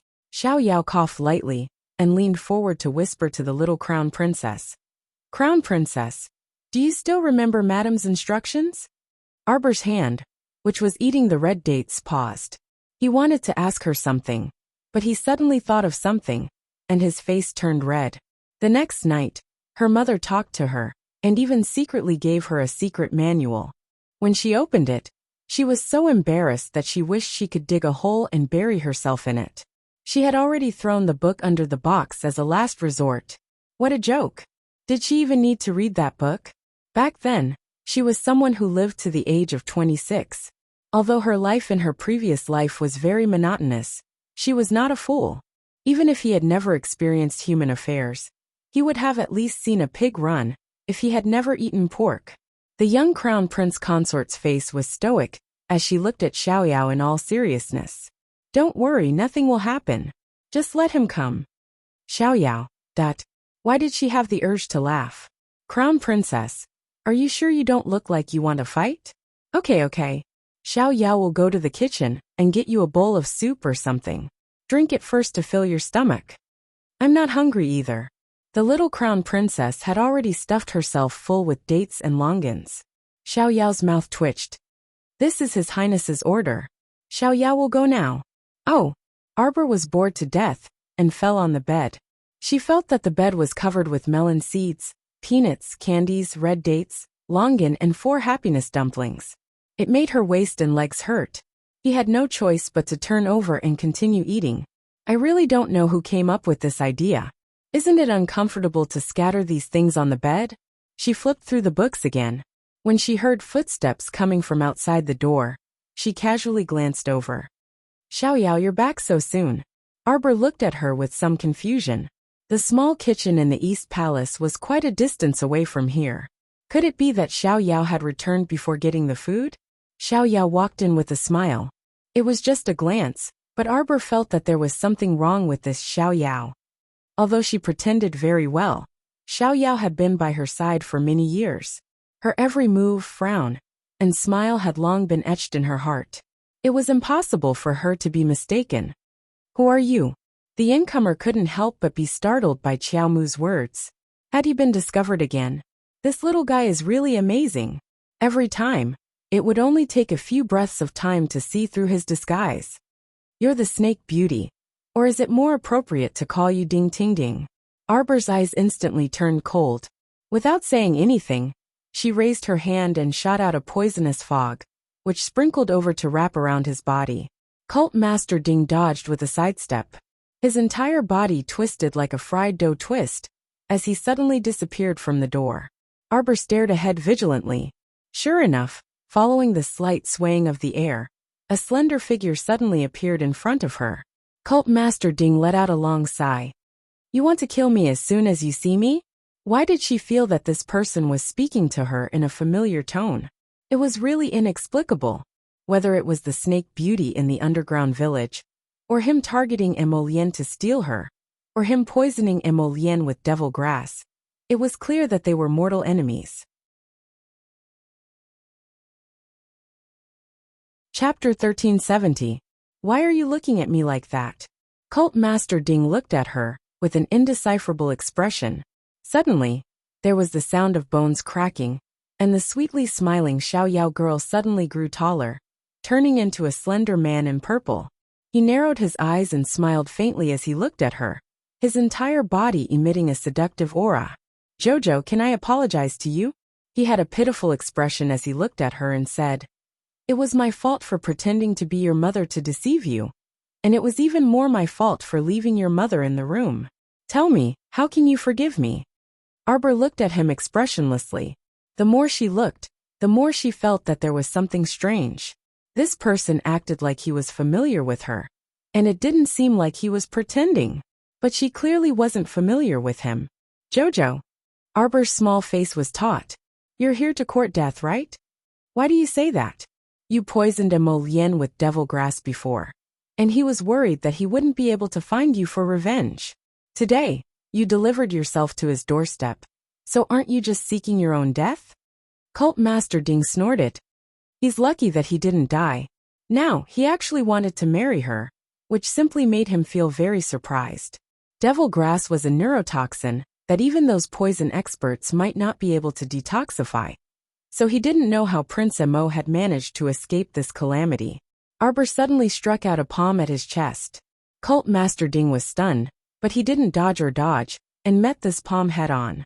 Arbor was stunned by this guy's actions. Could it be that when he went out today, his head got hit by the door? Otherwise, why would he come and take her palm head-on? Jojo. Cult Master Ding coughed, then sighed and said, Do you really want me to die so badly? Arbor had a baffled expression. She also had no interest in making a move against someone who didn't have the heart to resist. Jojo. He subconsciously reached out to pull her small hand, but she dodged. Cult Master Ding immediately looked at his empty palm in a daze. A faint feeling of sadness spread through his heart as he raised his eyes to stare at her. The inexplicable feeling in Arbor's heart grew stronger. She remembered very clearly that she had nothing to do with this person other than two unpleasant encounters. Why did he have such a sad and accusing expression on his face? What are you looking at? The little fellow was a little angry. You look especially good today, Jojo. Cult Master Ding didn't know what he wanted to say. He felt that he was speaking incoherently. Arbor's little face was tense, and he had never let go of his nervousness. Let me ask you, what did you do to Xiaoyao? I didn't do anything to her. Cult Master Ding shook his head. I reckon she'll be back soon. Jojo, can you come with me? He suddenly reached out to grab her small hand, but she dodged again, and only hooked onto a piece of her brocade sleeve. Hey, you're so strange. We're not familiar with each other. What do you mean by suddenly coming over to ask me to go with you? Because you don't belong in this kind of palace at all. The sky is high for birds to fly, and the sea is wide for fish to swim. Jojo, you have a broader future, don't you? Arbor looked at him with a stoic face. Even if I want to fly and jump, I won't fly with a stranger. What a lunatic. She didn't even know what he was doing here. This time, Cult Master Ding completely heard her words and understood the meaning behind them. What did you say? Chapter 1371. His voice trembled slightly, and he looked up at her in almost disbelief. What did she just say? Was she faking it? She still didn't remember him? Did she forget the 2 days they spent together?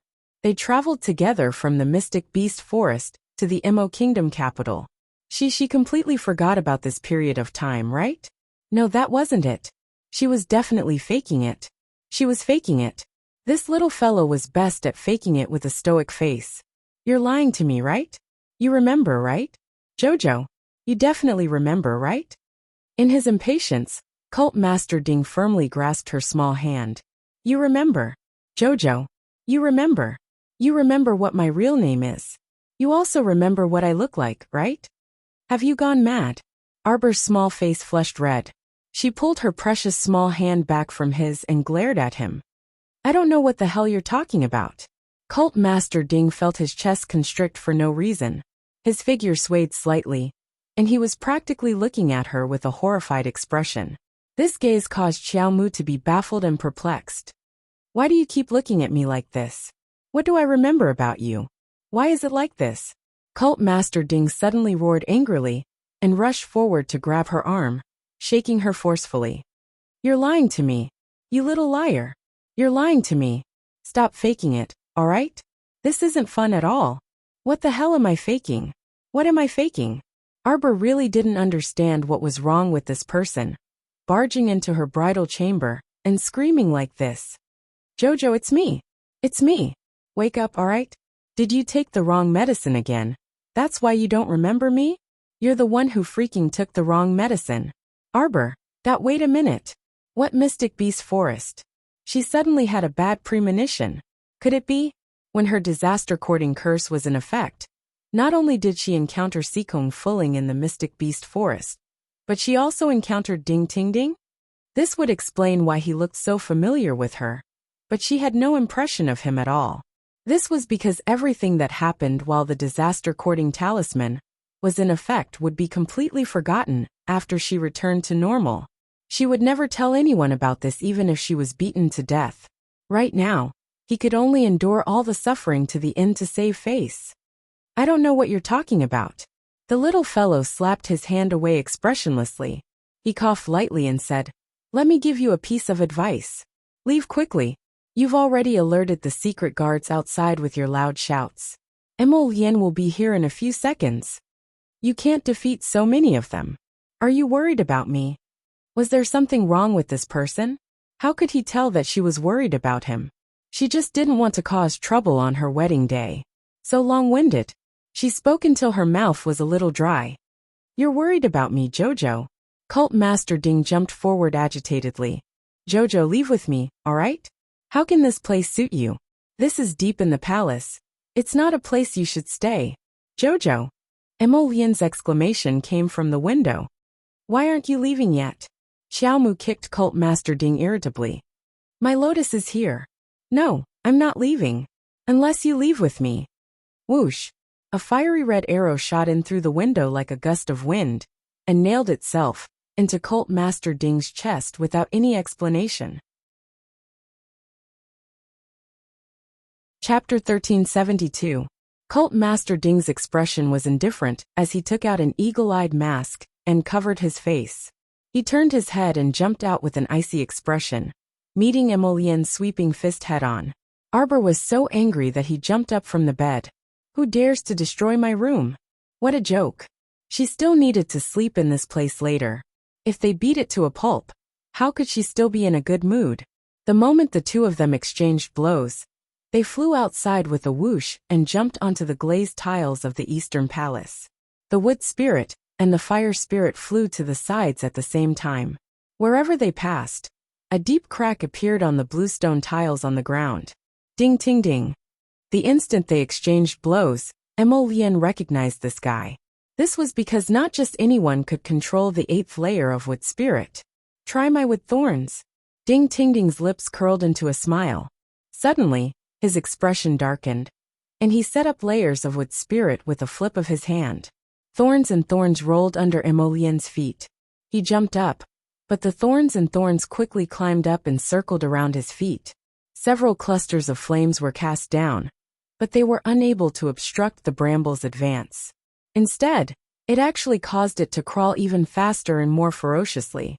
As if it had been injected with hormones, it abruptly shot up several dozen meters and wrapped around Emolien's body in layers.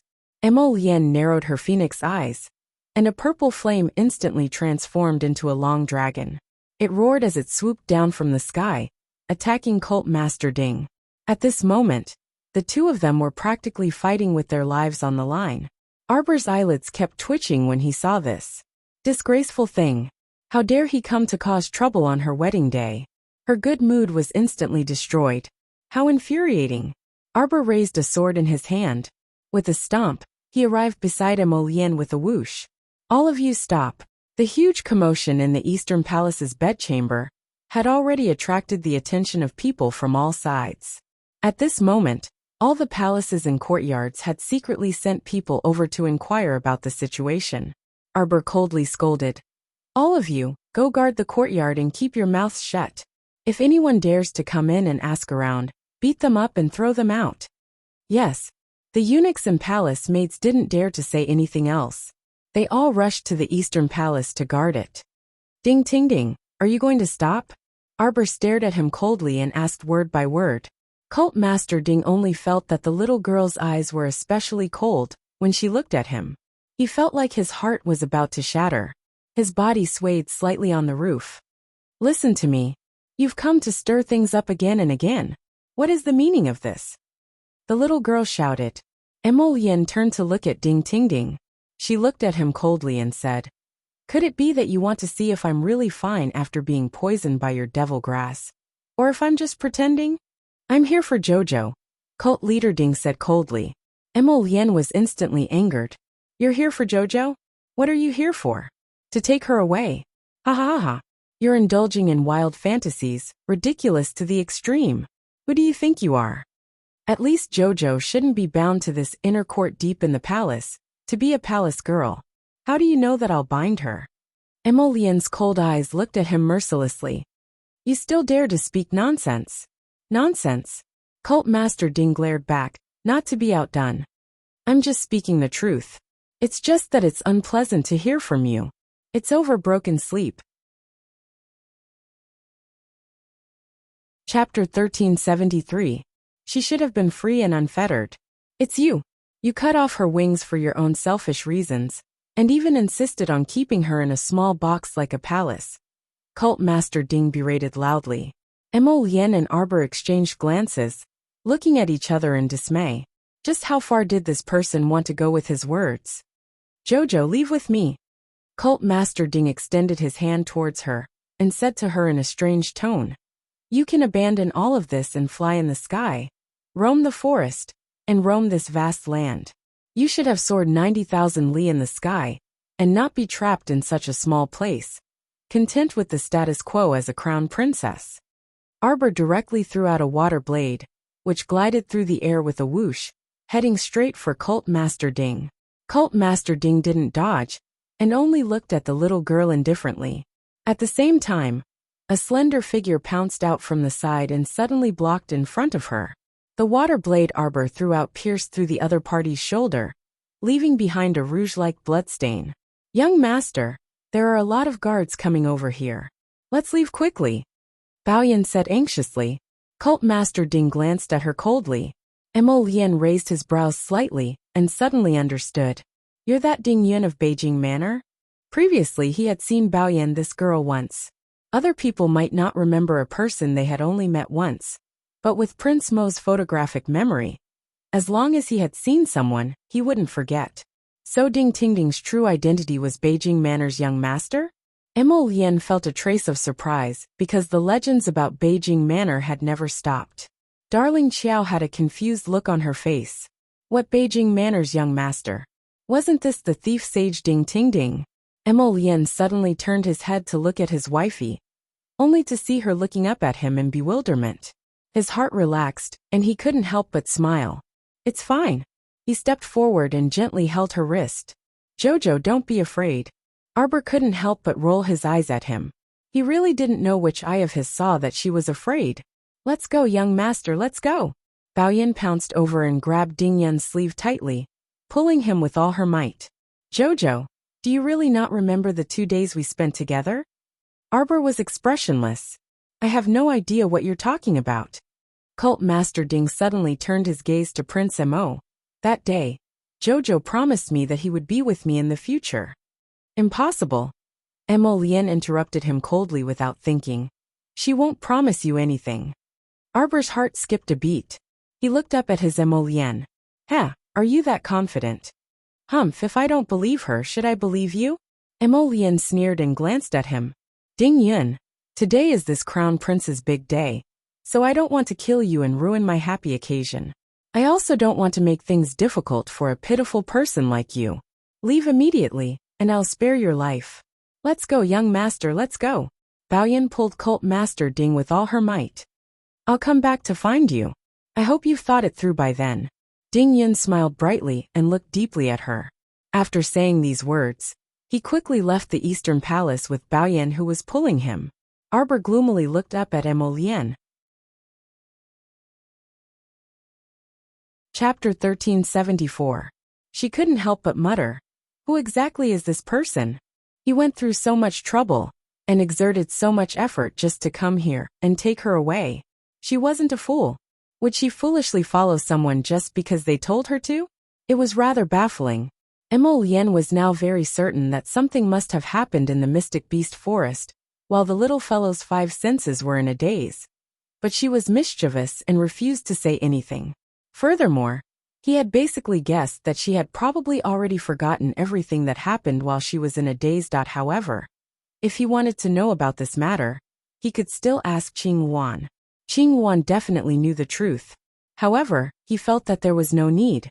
Since the little one stubbornly refused to admit that she had lost her memories, then she definitely didn't want anyone to know about the process. Emolien felt that the little fellow most likely didn't simply eat the wrong medicine.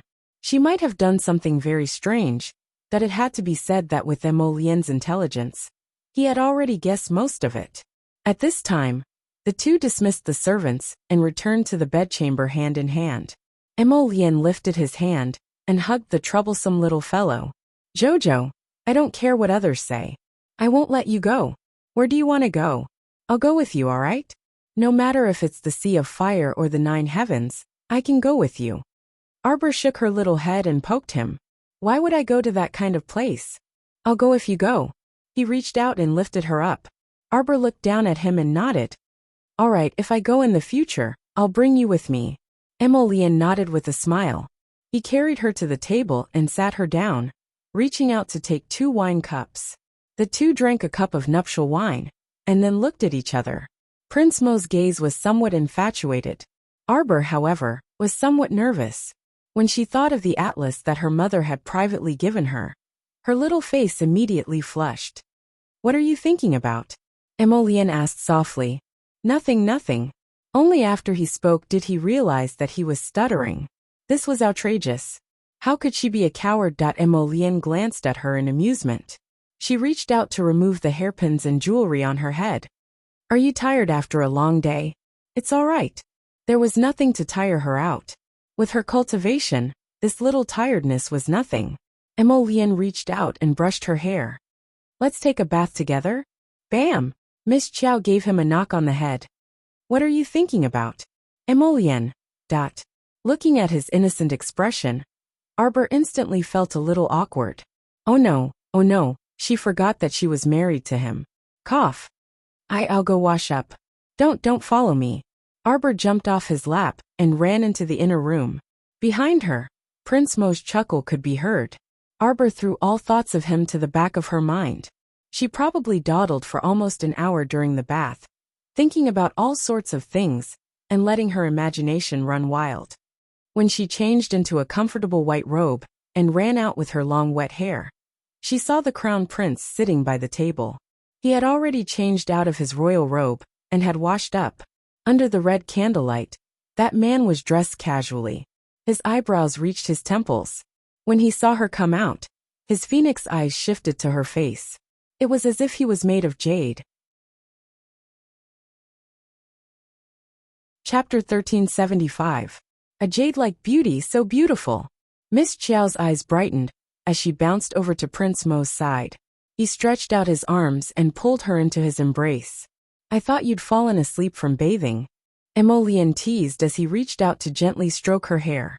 The fire spiritual energy instantly dried her damp black hair. The little fellow moved her head and turned to look at him. She reached out to poke his handsome face. "Emolien." He grabbed her little hand and planted a kiss on her cheek. "Don't tease me." What a joke, what day was it today? She already couldn't take teasing normally, let alone now that he carried her and started walking towards the bed. Miss Chiao immediately became nervous and instinctively grabbed his sleeve. "What are you doing?" Miss Chiao blinked. She didn't know why, but her heart was pounding uncontrollably at this moment. It's late, of course we should rest. We still have to wake up early tomorrow to pay respects to grandmother. Prince Emo placed the little girl on the bed and began to untie her belt. Slap.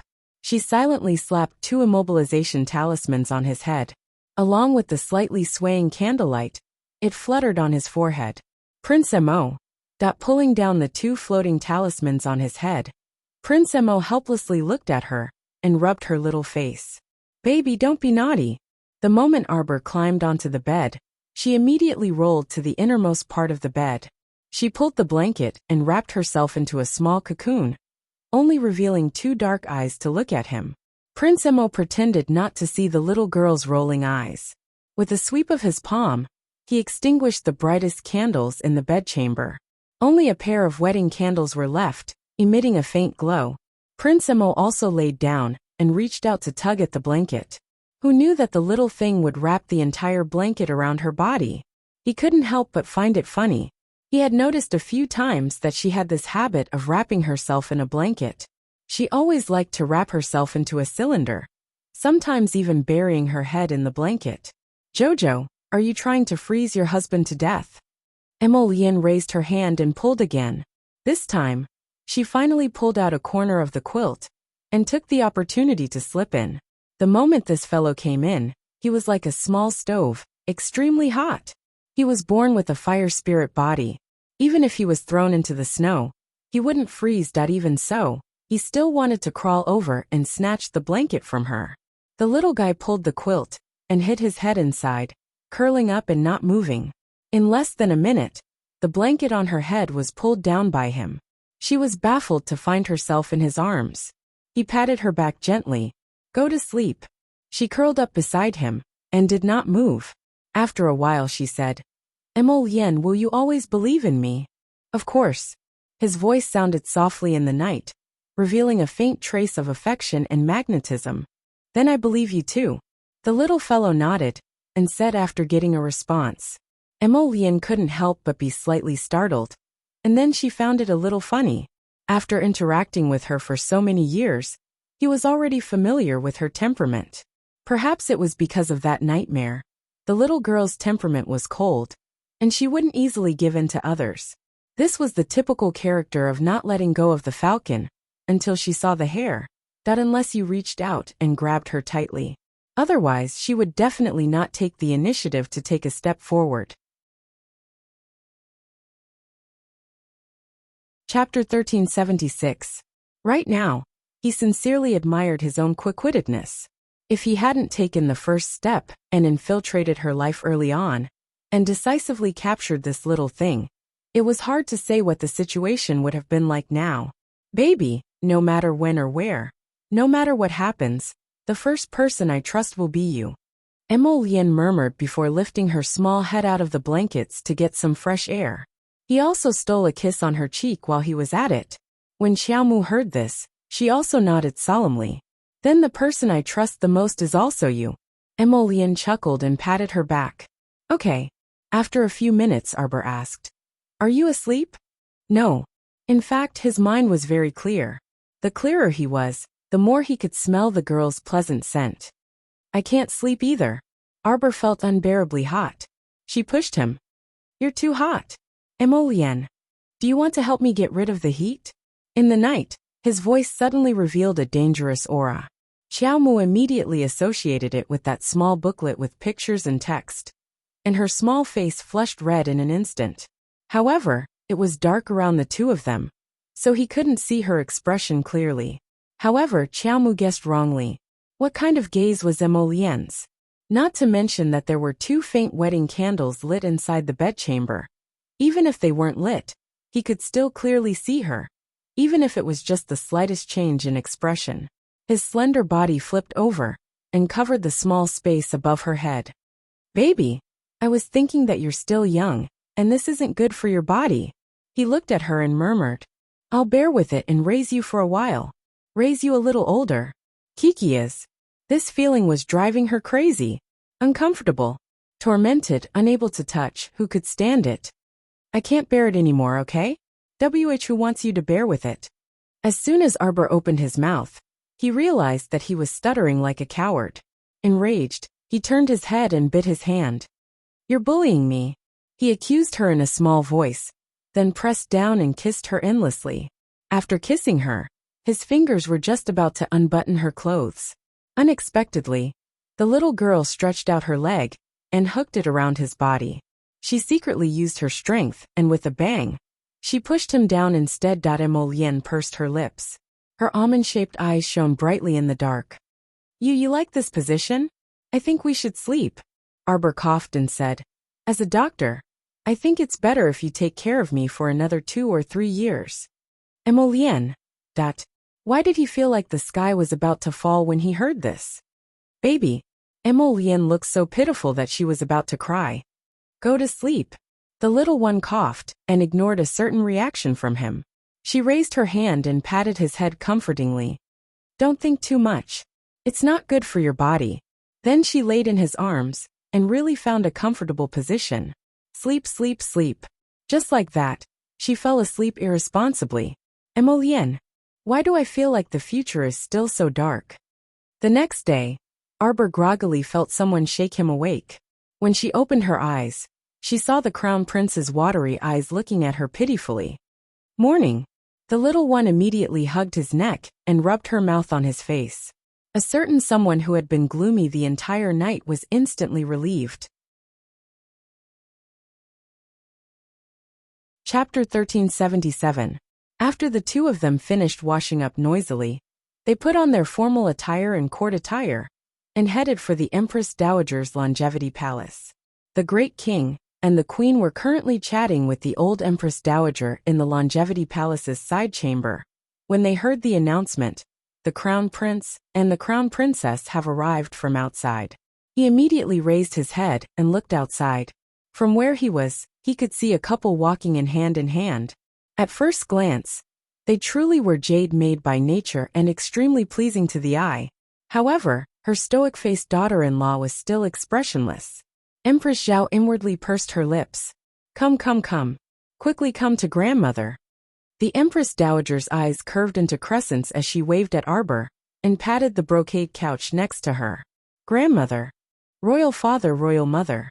Arbor bowed in succession and walked forward as instructed. There were 2 elderly women sitting below the Empress Dowager. They looked to be in their early 60s, but Arbor didn't recognize them. The Empress Dowager hooked her arm and pulled her to sit next to her, grinning from ear to ear. "Child, this is Consort Dowager Shu of Kanghui Palace. This is Matriarch Hong of the Hong family." Arbor's gaze slid over the 2 elderly women, and she stood up and bowed to them. The 2 elderly women didn't dare to be careless, and hastily stood up to have her dispense with the formalities. It was said that Matriarch Hong of the Hong family was Her Majesty, the Empress Dowager's biological sister.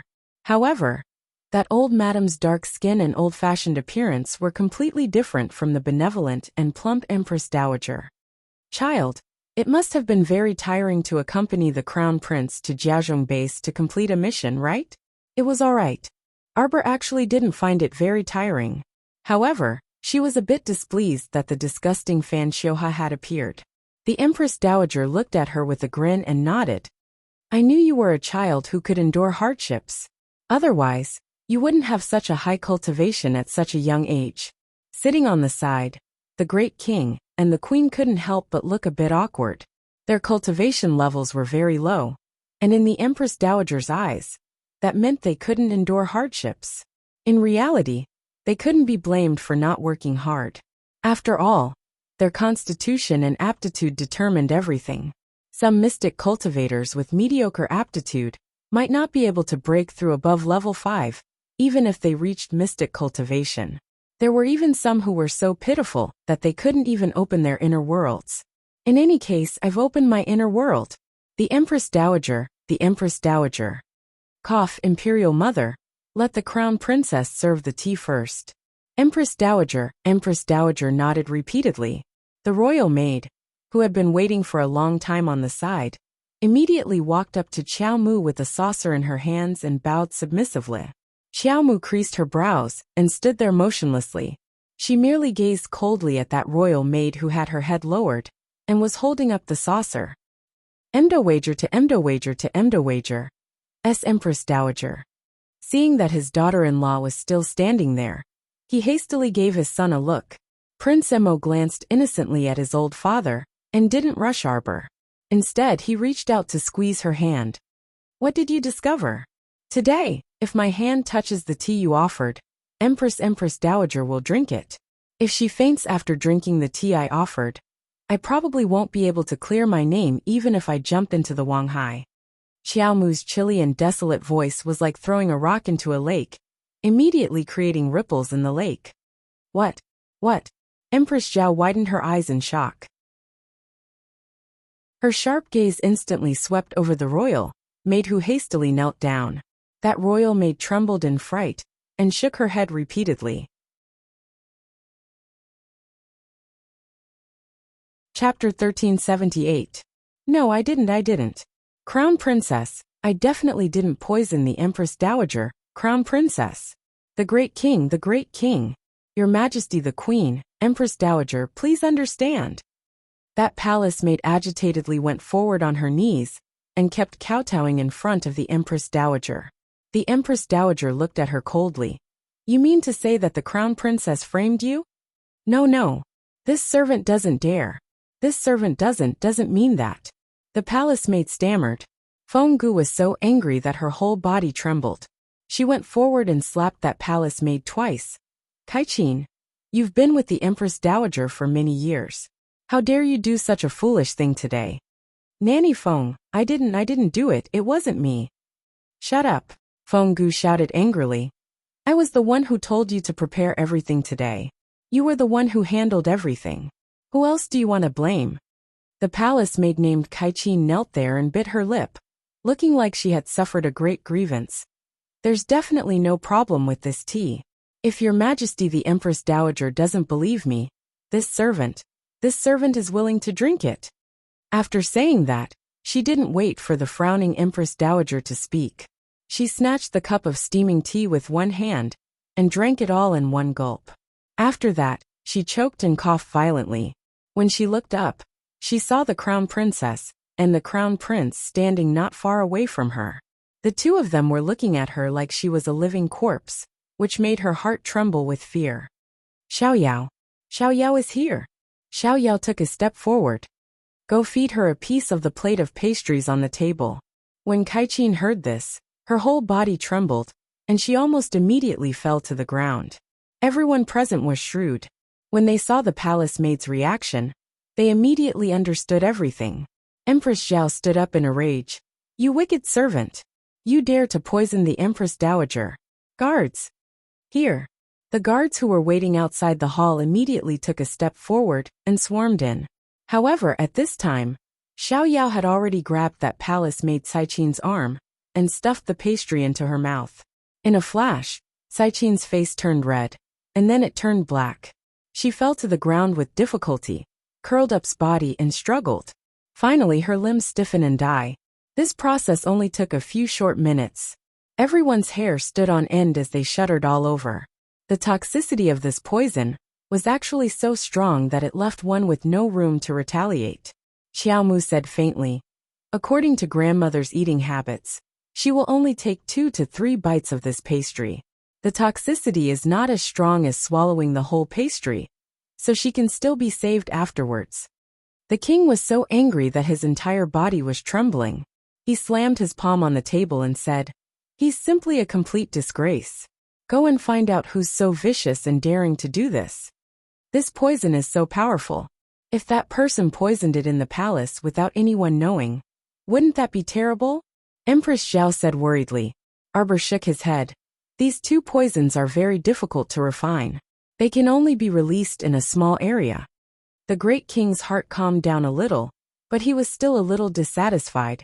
You killed this palace maid. How are you going to find out who's the mastermind? There's no need to ask. The Empress Dowager sighed and shook her head. I think I know who it is. Everyone was stunned and looked at the Empress Dowager. Chapter 1379. Fenggu directed the servants to quickly change the tea. This time, The tea ceremony went very smoothly. After such a fuss, the Empress Dowager appeared somewhat tired. After the tea ceremony, she didn't keep the young couple any longer. Before leaving, she held Arbor's hand and softly comforted him before letting them go. Empress Dowager. Old Madame Hong wanted to argue with the Empress Dowager, but the other party waved at her. Your matter, let's talk about it another day.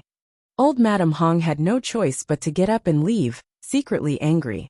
Today, she actually wanted to ask for the Empress Dowager's marriage decree. This old Madame Hong had taken a fancy to the Duan family's 7th Miss, Duan Siren, and wanted to let her grandson marry her.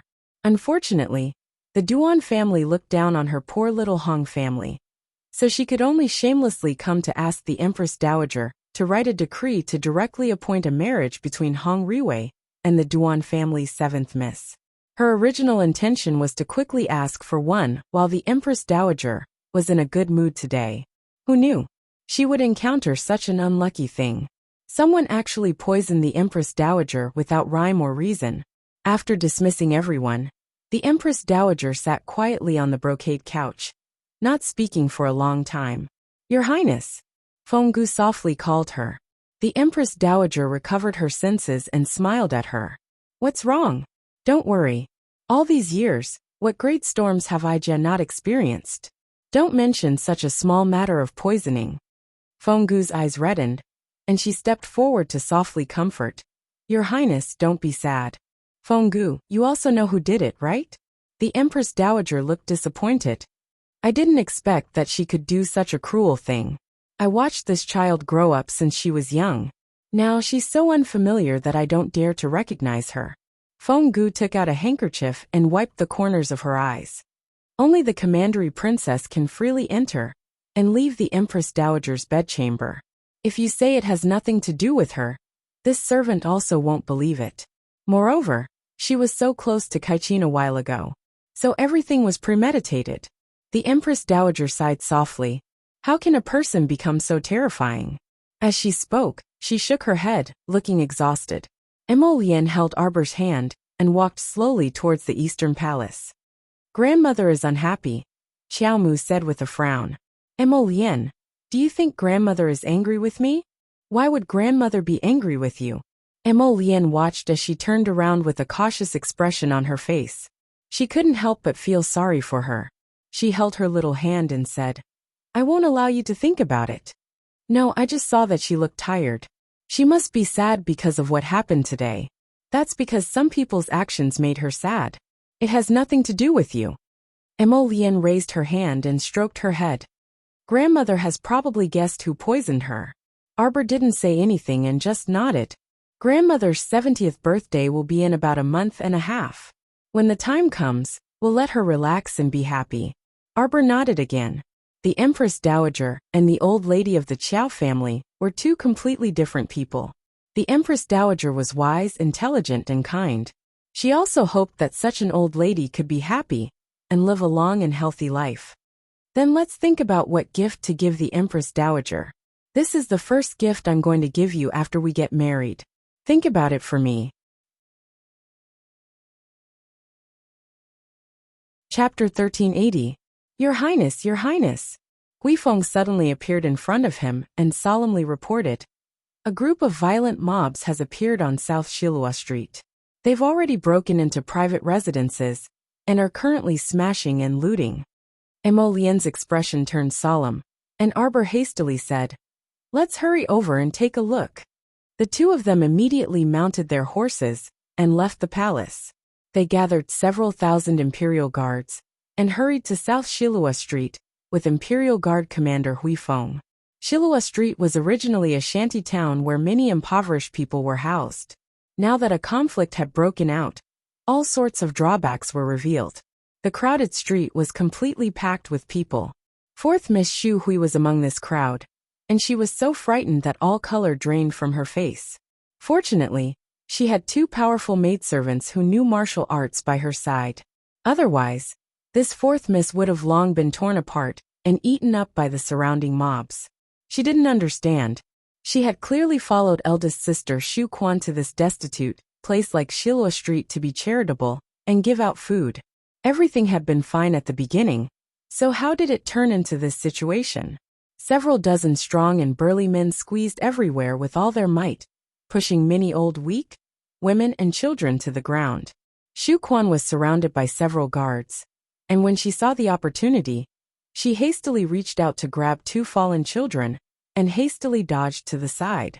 This unforeseen event happened very suddenly, and it was already too late for the guards to step forward and stop them. Those irascible burly men seemed to have gone mad as they stepped on and kicked anyone they saw. Many commoners were injured and fell to the ground with painful groans.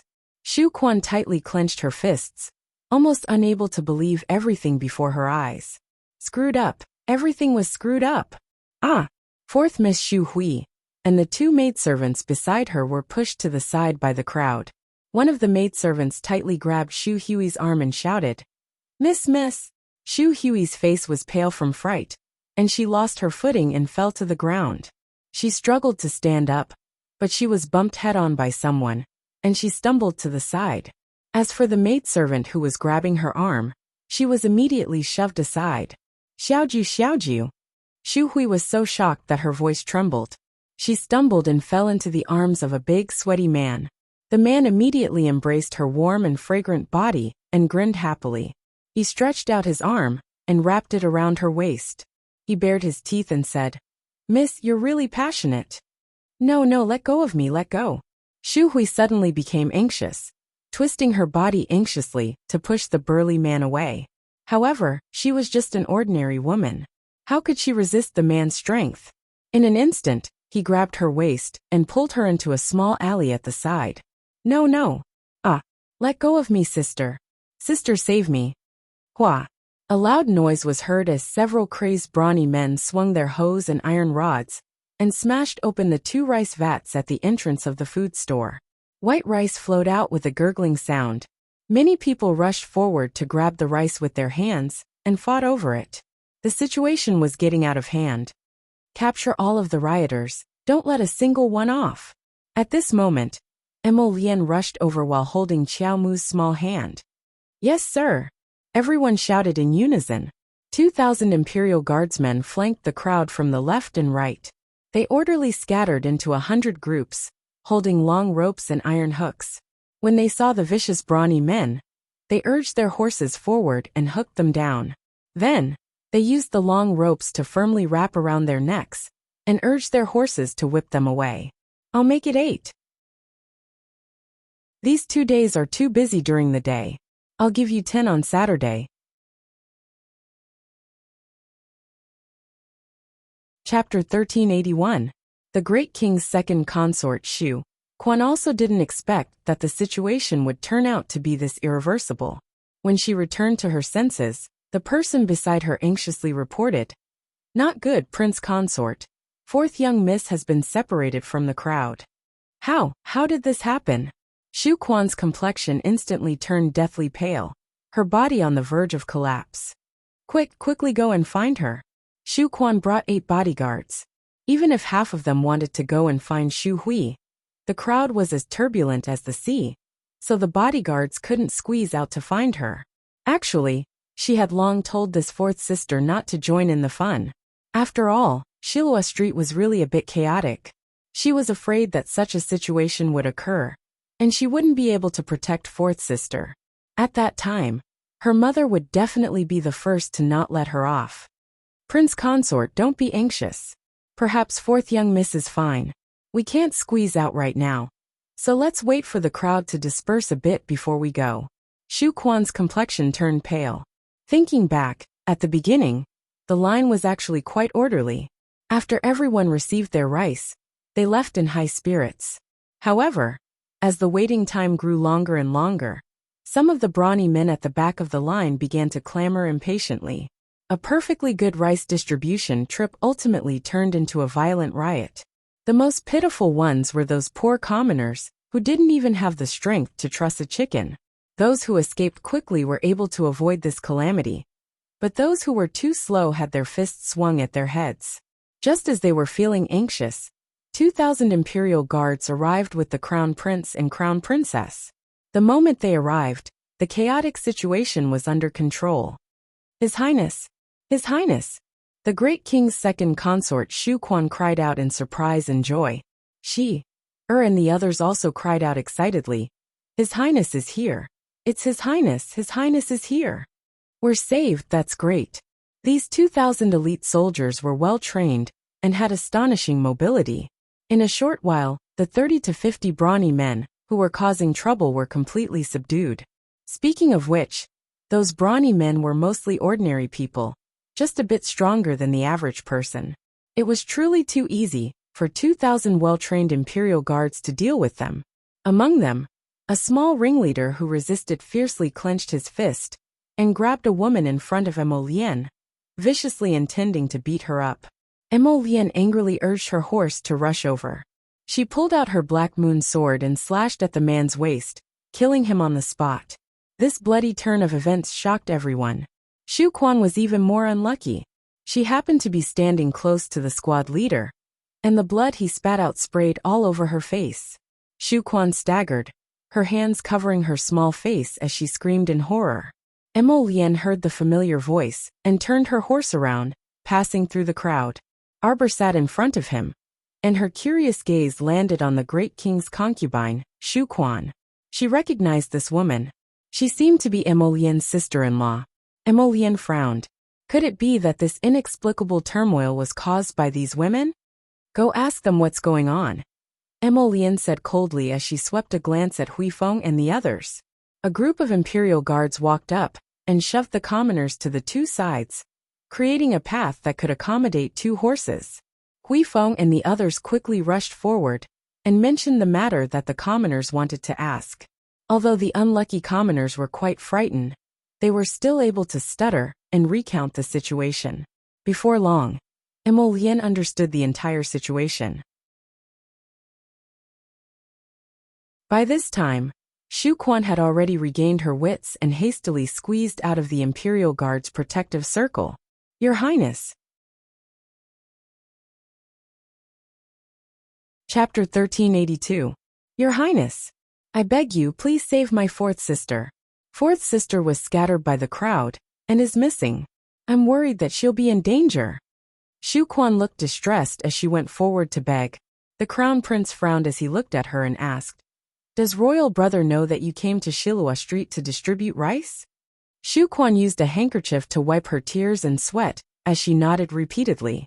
Simply nonsense, Emolienne reprimanded. Shilua Street was originally filled with poor people. Every time the imperial court distributed rice, they would send out troops to maintain order. They were afraid that something would go wrong, and a good thing would turn into a bad thing. Yet these women in front of her dared to come to the slums with just 7 or 8 guards. Did they have brains or not?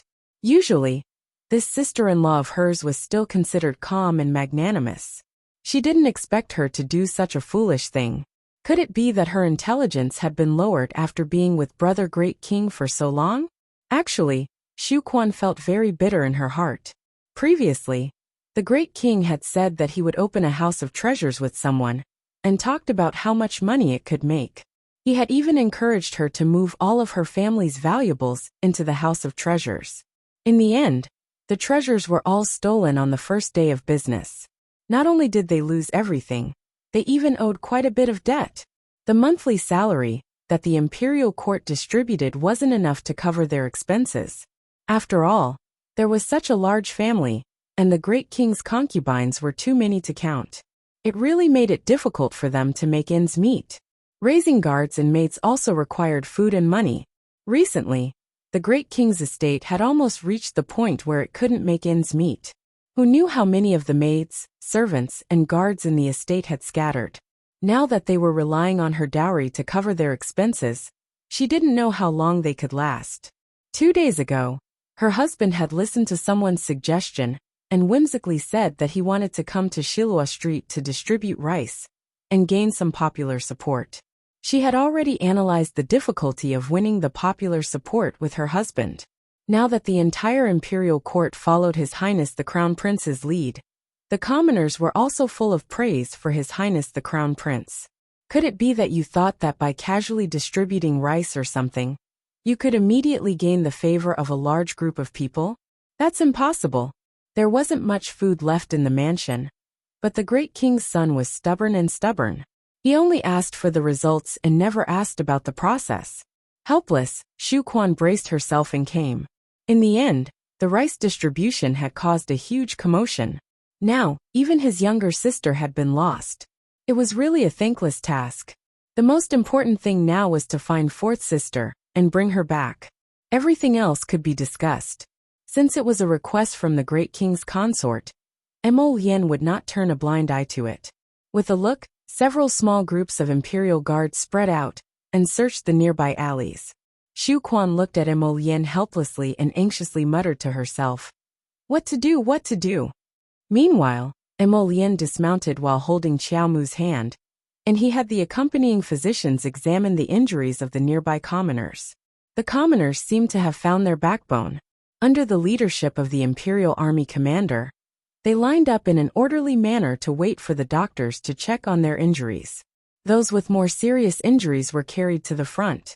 After a round of treatment, a very young doctor from the Imperial Physician Building came forward and bowed to Emolian. "Your Highness, most of the commoners only have superficial injuries. Only 2 have slightly more serious injuries. Their hands and feet are fractured and need to be set." Emolian nodded. At this time, the small groups of Imperial guards that had spread out to search for Shu Hui also rushed back. Chapter 1383. One of the captains respectfully bowed to Emolian and said, "Your Highness, we've searched everywhere, but we didn't find fourth young Miss Shu's figure." When Shu Quan heard that, she couldn't help but stagger. Her complexion instantly turned incomparably pale, and she felt dizzy, as if she would fall to the ground in the next moment. She hurriedly went up to support her and cried out in alarm, "Princess Consort, Princess Consort." Emolian frowned slightly. "Auntie Wang, I'll send you back first." "No, you can't. You can't go back like this. Your Highness, something must have happened to younger sister. It was so chaotic just now. If by any chance she was taken away by evildoers, then what should we do?" Shu Quan cried as she said, "Your Highness, please send more people to search for fourth sister. You mustn't let anything happen to her. We will naturally search for her, but for now, I'll send you back first. Your Highness, do you have any accessories or handkerchiefs that your younger sister has touched?" Arbor suddenly asked indifferently. Yes. Shu Quan subconsciously fished out an embroidered handkerchief and carefully opened it. She said softly, "This was personally embroidered by fourth sister for me the year I got married." Arbor glanced at her and nodded. With a wave of her finger, several hundred light little butterflies circled forward in clusters. They stayed on that handkerchief for a few seconds like a swarm of bees, before scattering and flying in all directions. This scene made Shu Quan somewhat dazed, and she beside her looked even more shocked. Everyone thought that the crown princess used some special talisman to summon so many butterflies with a wave of her hand. Shu Quan glanced gratefully at Arbor and hurriedly thanked her. "Many thanks to the crown princess for your help." "Many thanks." Arbor didn't say much. Putting herself in her shoes, if her Shaoliner was taken away by evildoers, she would also be very anxious. This was human nature. Although she didn't like that Madame Shu or Madame Zhuang, this great king's princess consort seemed to be a reasonable person. In less than 10 minutes, the venom-tail butterfly Queen Xiao sent her a voice transmission. "Master, I found the place. Come with me." Xiao turned into a colorful butterfly and ran out of the paradise. She flapped her wings and flew back and forth in front of her. Arbor pulled Emolien's sleeve. Emolien had long known that this little wife of his was a capable person, so he promptly picked her up by the waist and leaped onto the horse. "Leave half of the people here to continue watching. The rest of you come with me." Shu Quan also hastily mounted a horse and followed along. The anxiety and impatience in her heart overflowed with words. The group of people followed Butterfly Xiao, who was leading the way. They rode their horses through the small alley and arrived in front of an ordinary small courtyard. Emolian lowered his head and looked at his wife with a smile. Arbor nodded. Shu Quan still wanted to ask something, but suddenly heard fourth young lady's blood-curdling screams coming from inside the door. In a split second, her entire face turned ashen. "I'll go in and take a look. Why you all don't follow in?" Shu Quan stuttered and brought Xier in. Arbor raised her head and glanced at Emolien. "How do you plan on telling your royal father about this? Just tell him the truth." Emolien nonchalantly swept a glance inside the door. In any case, they had already benevolently helped to find the person. As for what happened, it wasn't something they could care about. "Jojo, on the other hand, you've raised a bunch of useful little things on this paradise planet." Emolien leaned close to her ear and whispered. Chapter 1384. Arbor nodded, muttering softly to him. "I've been raising them for a long time. Previously, I only sent them out to scout for information or something. Recently, Xiao Xiao told me that they've been accumulating mystic energy in my paradise planet, and they've also advanced in rank. Now they can rely on a wisp of aura to distinguish and track." Emolien's eyes brightened. "That's really great, Jojo. In the future, I'll have to rely on you to find anything." Moi. As he spoke, he even took advantage of the fact that she wasn't paying attention to give her a peck on the cheek. Xiao Mu's face instantly flushed red, and she looked around with a guilty conscience. However, she only saw the royal guards lining up behind them like door gods. They were all looking down, as if they hadn't seen anything at all. Her little fist hammered him hard, and she rolled her eyes at him. "Don't flirt." "I'm not flirting." Prince Emo had an innocent expression as he blinked at her and said, "I'm just communicating normally with my wife." "Haha, so funny." Arbor swept him a speechless glance. The crown prince immediately waved his hand, leaving behind 100 imperial guards to escort Shu Quan and her sister back. The rest continued to follow him back to South Shilua Street, where they had caused a ruckus back then. By now, the buzzing crowd had already dispersed by quite a bit. The ground was littered with broken pieces, rubble, wooden shelves, and the like. Arbor's eyes flashed, and her gaze landed on a little girl who was sitting in front of a garbage dump on the street corner, bawling loudly. The girl's mother was currently hugging and coaxing a little boy, so how could she have the time to care about the little girl sitting on the garbage dump? This scene could be seen everywhere in the slums of Shilua Street. Arbor shook her head. "Have you distributed the winter fruits from last time?" Emolien nodded. "It was handed over to Song Yuan. He did a pretty good job, getting a portion of the people to work. The winter fruits will be their monthly salary, isn't that great?" Xiao Mu also nodded when she heard this. She also did not advocate giving it away for free, especially those able-bodied young laborers. They absolutely could not be condoned for being carefree and abhorring work. Receiving rewards for labor was the right way to go.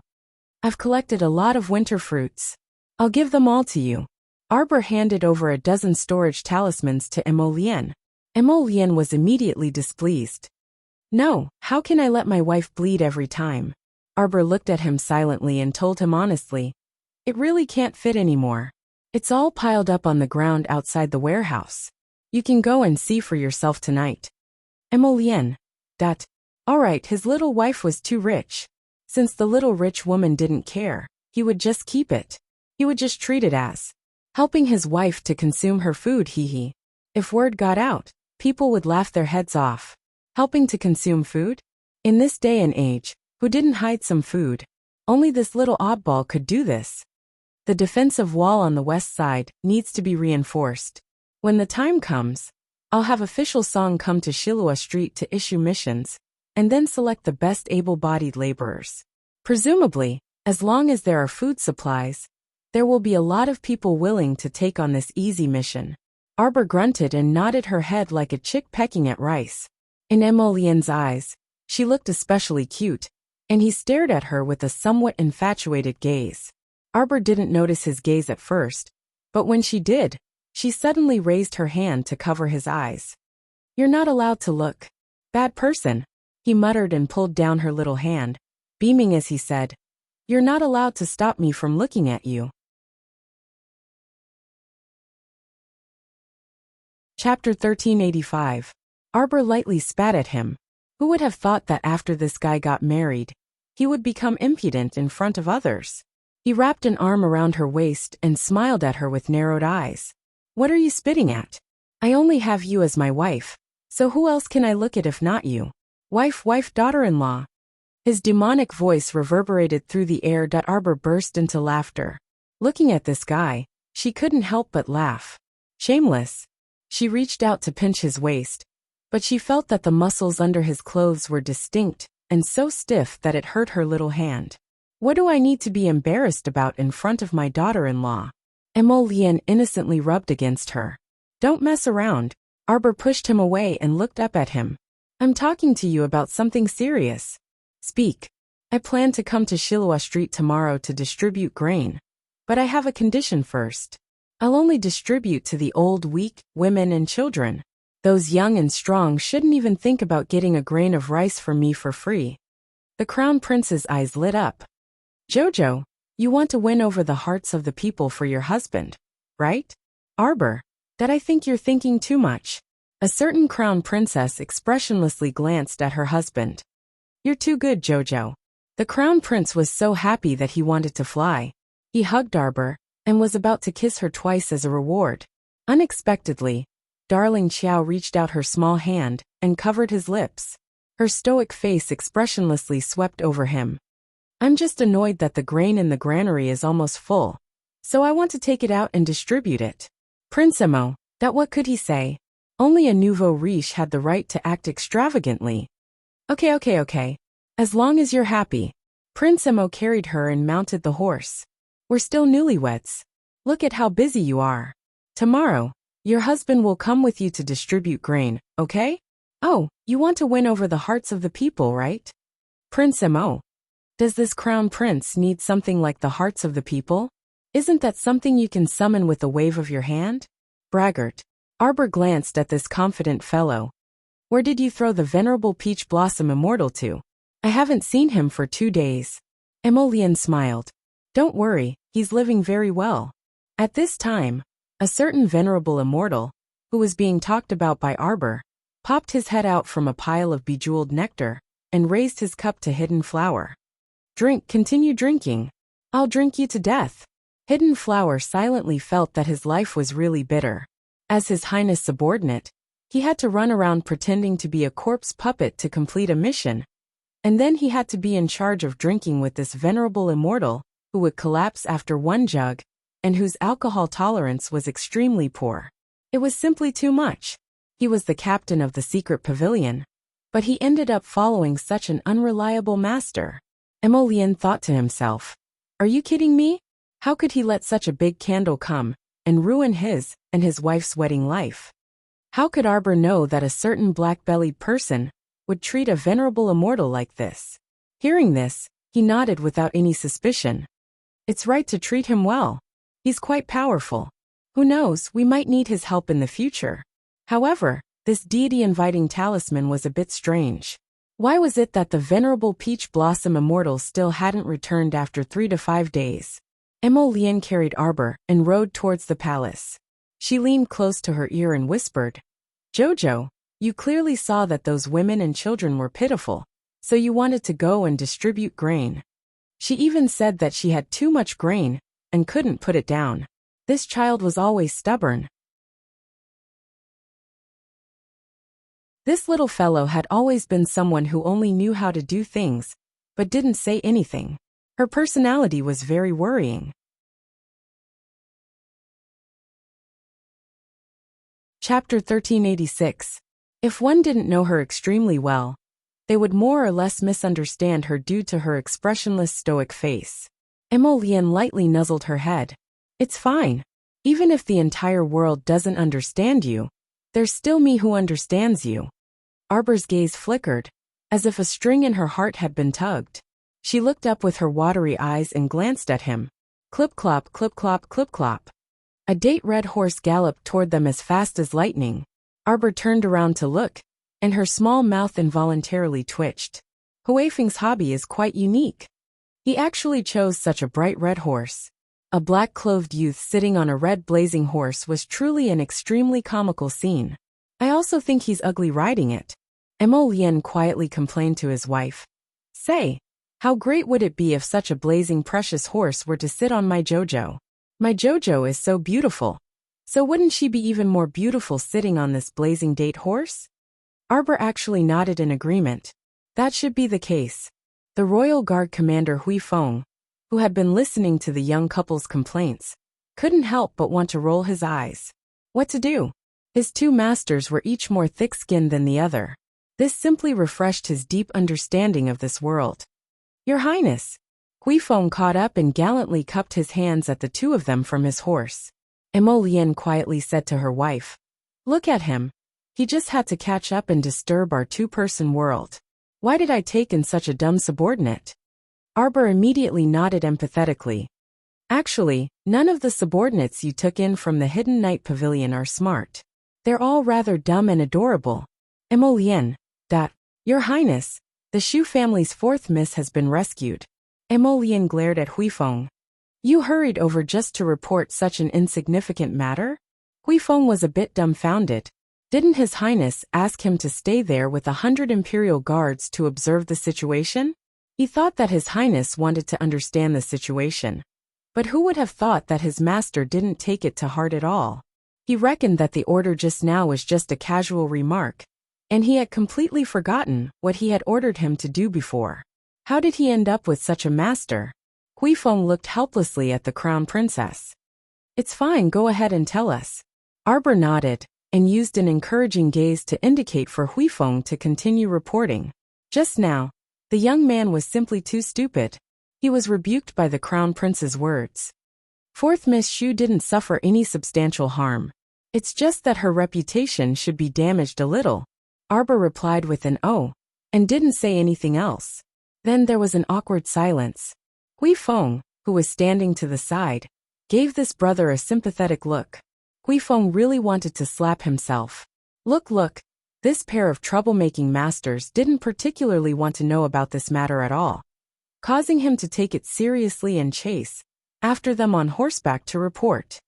This subordinate has already safely escorted the great king's consort and fourth Miss Shu back to the estate. Hui Feng continued to recite. The crown princess replied with an "oh" again, and Hui Feng suddenly couldn't continue. Emolian couldn't help but chuckle when she saw this. Alright, go back first. Oh, that's right. We and the crown princess will be coming to Shilua Street to distribute the grain tomorrow. You and Hui Feng will make arrangements together and make sure everything is done properly. If something goes wrong and this crown prince loses face, you know what will happen. That's all for today. Tomorrow at 10 o'clock. Chapter 1387. The two shuddered simultaneously and nodded repeatedly. Yes, Your Highness. Arbor curiously looked at their constipated expressions and couldn't help but look up to ask Emolian. What's wrong with them? Oh, it's nothing. If they can't handle it, I'll throw them back to Marshall Mountain to continue training. It's just training. Looking at their constipated expressions, she couldn't help but suspect that Emolian made them do something that made them lose all hope in life. Prince Emo couldn't help but chuckle without saying anything. After the two of them rode back to the palace, the crown prince went to the king's palace to report the conflict, this time to the old great king. The extremely bored Arbor took out the bone-forging pill the sapling gave her with a flip of her hand. Suddenly, she heard the sapling excitedly shout in her conscious. Master, you're finally planning to use this bone-forging pill, right? No. The little stoic's 3 words immediately extinguished the sapling Chiochio's enthusiasm. This master was becoming more and more improper.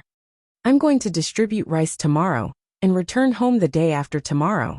Arbor counted with her fingers, as if she was familiar with her family's treasures. The day after tomorrow. I'll eat your bone-forging pill the day after tomorrow.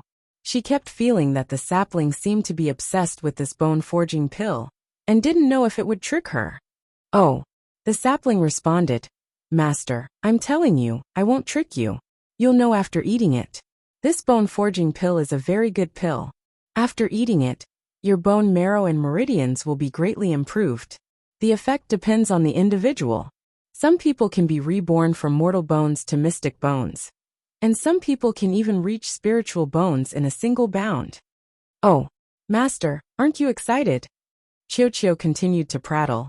I feel like you might become that person who reaches the heavens in a single bound. Arbor sat on the bed and ate 2 snacks from a box. She couldn't help but laugh when she heard this. Why would you think that? Because you're master. Every time you advance, you create miracles. Jojo liked this explanation. Xiaomu blinked. If the sapling was by her side right now, she would definitely gently stroke its dog head. Master, it's boring to be idle. Why don't we go around the palace and see if there are any fresh animals to be kept in Paradise Planet? Good idea. Xiaomu immediately put away the snack box and jumped to the ground. Qiuqiu, you truly do your best for master. The little treant climbed onto her shoulder and danced with joy. Qiuqiu will not hesitate to go through fire and water for master. The man and the treant walked out of the Eastern Palace and strolled around the palace as if they were strolling in their own backyard. Master, there must be a small breeding farm in the palace. I'm guessing it's near the kitchen. I thought so too. Arbor nodded. We don't ask for much. 3 to 5 of each kind of small animal will be enough. The little treant giggled. Arbor nodded and walked along the high palace walls.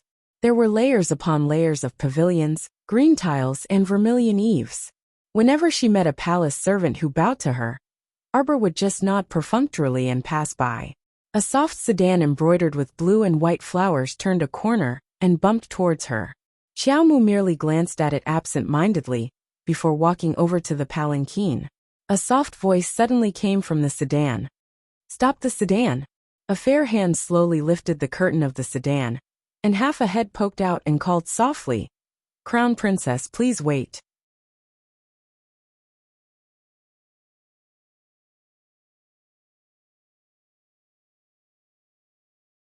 Chapter 1388. Arbor stopped in her tracks and turned to look at the sedan chair. Commandery Princess Ian walked out of the sedan chair with light steps and said with a smile, Ian greets the Crown Princess. Arbor nodded expressionlessly before retracting her gaze and turning to walk towards the royal kitchen. Commandery Princess Ian's smile froze on her face. She didn't expect that the young Crown Princess before her would not even bother to look at her. Crown Princess. Commandery Princess Ian quickly walked up and called out to her again. Crown Princess, please wait. She signaled the 2 sedan bearers with her eyes, and they leaped forward gracefully to block Xiaomu's path. Arbor creased her brows, feeling displeased. She wanted to go to the imperial kitchen to see if there were any farms nearby. The woman she had met a few times had stopped her time and time again. Now, she was even blocking her way, which made her feel a little annoyed. Couldn't she just let her stay by herself quietly? Crown Princess. Commandery Princess Ian slowly walked up to Arbor and said with a stiff smile, Ian heard that someone barged into the Eastern Palace on the day of the Crown Princess wedding. Is the Crown Princess injured? Can't you see whether she is injured or not? She really was trying to find a topic. Commandery Princess Ian was rendered speechless, so she could only smile awkwardly. Yes, it's good that the Crown Princess is not injured. Ian has been very worried these past 2 days. You don't look like you are worried about me. Arbor glanced at her. Ian wished for nothing more than to tear the young Crown Princess's mouth apart. Her words were simply too infuriating.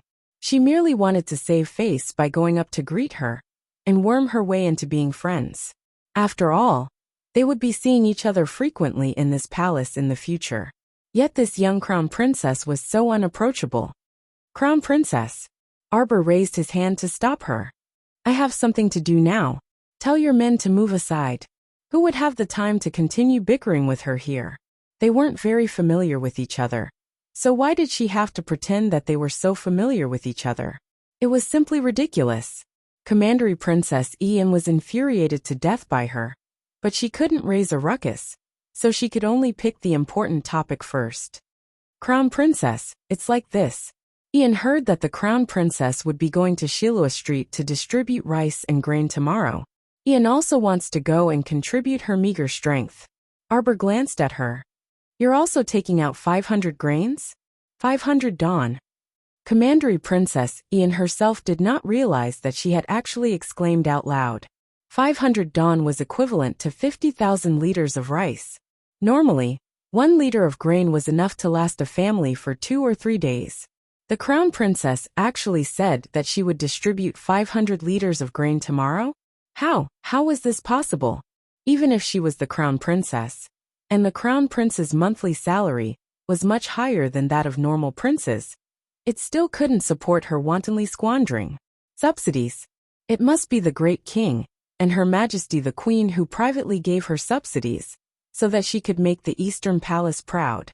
Commandery Princess Ian gritted her teeth as she thought this. She couldn't resist retorting with a stiff smile. How is that possible? Ian just wants to go and help the crown princess. Liar. Arbor immediately turned hostile and glared at her mercilessly. You said that you would do your part, but it turns out that you don't even want to take out a single bucket of rice. Then what use do I have for you? There are so many servants in the Eastern Palace. Do I still need a commandery princess like you to come and help?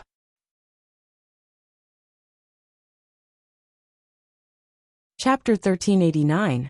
Crown Princess, how can you say that? On the side, Sewer couldn't help but fret. My commandery princess only wants to contribute her meager strength to help you. This crown princess was too blunt with her words. How could she mock their master like this? It had to be known that their master used to be quite wealthy.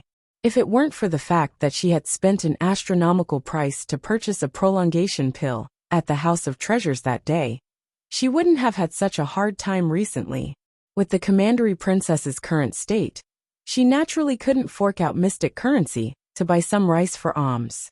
Therefore, the best method was to stay by the crown princess's side and accompany her to make her presence known among the people.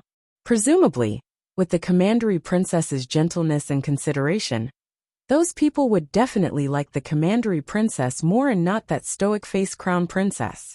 I don't need your help. You aren't even forking out any rice, yet you are vainly trying to help me earn rice. A dignified commandery princess doesn't even find it embarrassing. Arbor's harsh words simply made commandery princess Ian topple over in anger. What rice did I earn? Crown princess, speak clearly. How could there be such an unreasonable person in this world, able to make someone stomp her feet in anger with just 3 sentences? Is that not the case? The young crown princess swept her an expressionless glance. The harem issues a monthly stipend every month, and you are not an exception. Yet you are still fighting with a bunch of junior royal maids and junior eunuchs for private work. You are simply petty. Well, what? Commandery princess. Sewer was also so angry that her stomach was about to burst. She glared at Arbor as she supported commandery princess Ian. Crown princess, please watch your words. When did our commandery princess earn any rice from you? If you are afraid that she will steal your limelight, then just say so. Why find all kinds of weird excuses? The young crown princess swept a glance at the master and servant pair before scolding them for being crazy. Then she trotted away along the palace wall without looking back. The sapling Chio, who was sitting on her shoulder, simply laughed until his stomach hurt. He knew his little master too well. This child simply despised commandery princess Ian from the bottom of her heart. There was no other reason than commandery princess Ian being petty. It should be known that the little crown princess had given a small task in the Eastern Palace. Whoever was willing to accompany her to stand on the street and distribute rice tomorrow would be rewarded with a bucket of rice every 2 hours. If there were many people who received rice, and the distribution time was extended, the reward would be increased by a bucket of rice every 2 hours. As soon as this small task was announced, all the little eunuchs and palace maids in the Eastern Palace fought to do it. Even if they had no use for the food in the Eastern Palace, they could still secretly send it out of the palace to their families. Besides, who would complain about having too much food in this day and age? Arbor ordered 10 little palace maids and 10 little eunuchs to help. She only needed 20 people, not one more. After the list of tasks was released, those eunuchs and palace maids who had not been selected looked disappointed. Commandery Princess Ian actually wanted to snatch the rice bowl of one of the royal maids, or eunuchs just like this. Simply preposterous and shameless. How would Ian know that the young crown princess had such thoughts? She thought that the crown princess had rejected her, because she had seen through her feelings for His Highness the Crown Prince. Because she had clearly heard that His Highness the Crown Prince would be accompanying the crown princess to the rice distribution tomorrow. She only wanted to create more opportunities to interact with His Highness. Did she also have to be rejected? Commandery Princess Ian's eyes flickered as she watched the Crown Princess's departing figure in disappointment.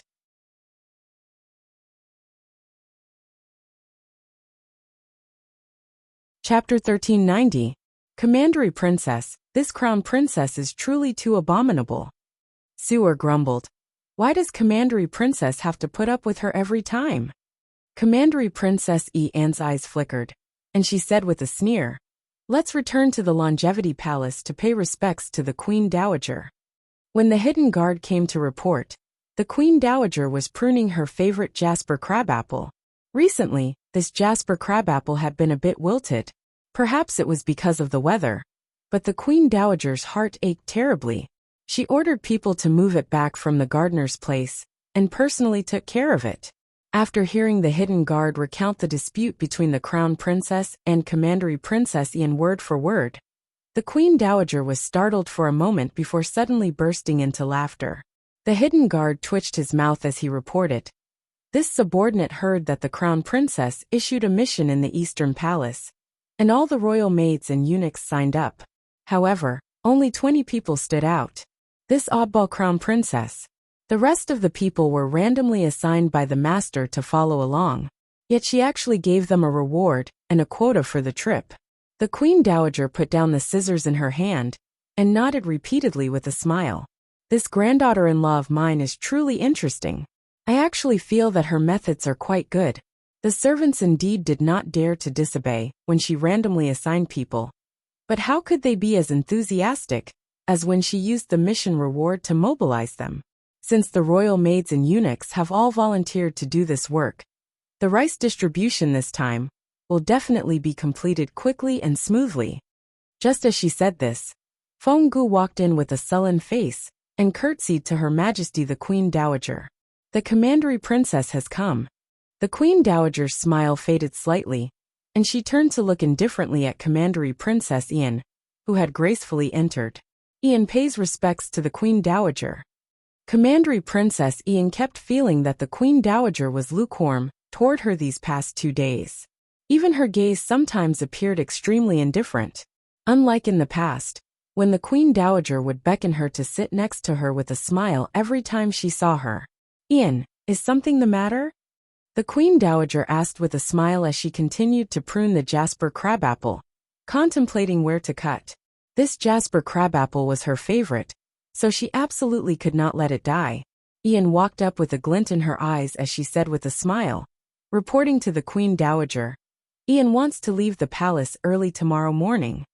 Oh, the Empress Dowager glanced at her. What's the matter? Commandery Princess Ian said with a feigned smile. Ian heard that the great king's son Consort caused quite a stir when she went to Shilua Street to distribute rice. On the other hand, some of the pitiful commoners on Shilua Street had suffered injuries of varying sizes. Ian feels that they are very pitiful, so she wants to bring Sewer over to pay them a visit tomorrow. The scissors in the Empress Dowager's hand paused for a moment before she smiled and said, that won't be necessary. The Crown Prince has already reported to the Great King. Tomorrow, he will accompany the Crown Princess to Shilua Street to take care of the injured and distribute some food to the old, weak, women and children. I think that the Crown Princess's decision is very good. I have already agreed and sent Granny Zhong to go with them. Commandery Princess Ian's heart skipped a beat. It turned out that the Queen Dowager already knew about this matter. As expected, she had underestimated how well-informed the Queen Dowager was. Ian quickly forced a smile. Your Majesty, Ian also wants to put in some effort to go over and help. The Queen Dowager's hand that was holding the scissors tightened slightly. She shook her head and said faintly, I don't think it's necessary. It's not good for too many people to go. The Crown Princess has already brought enough people on this trip, so it's good that you have this intention.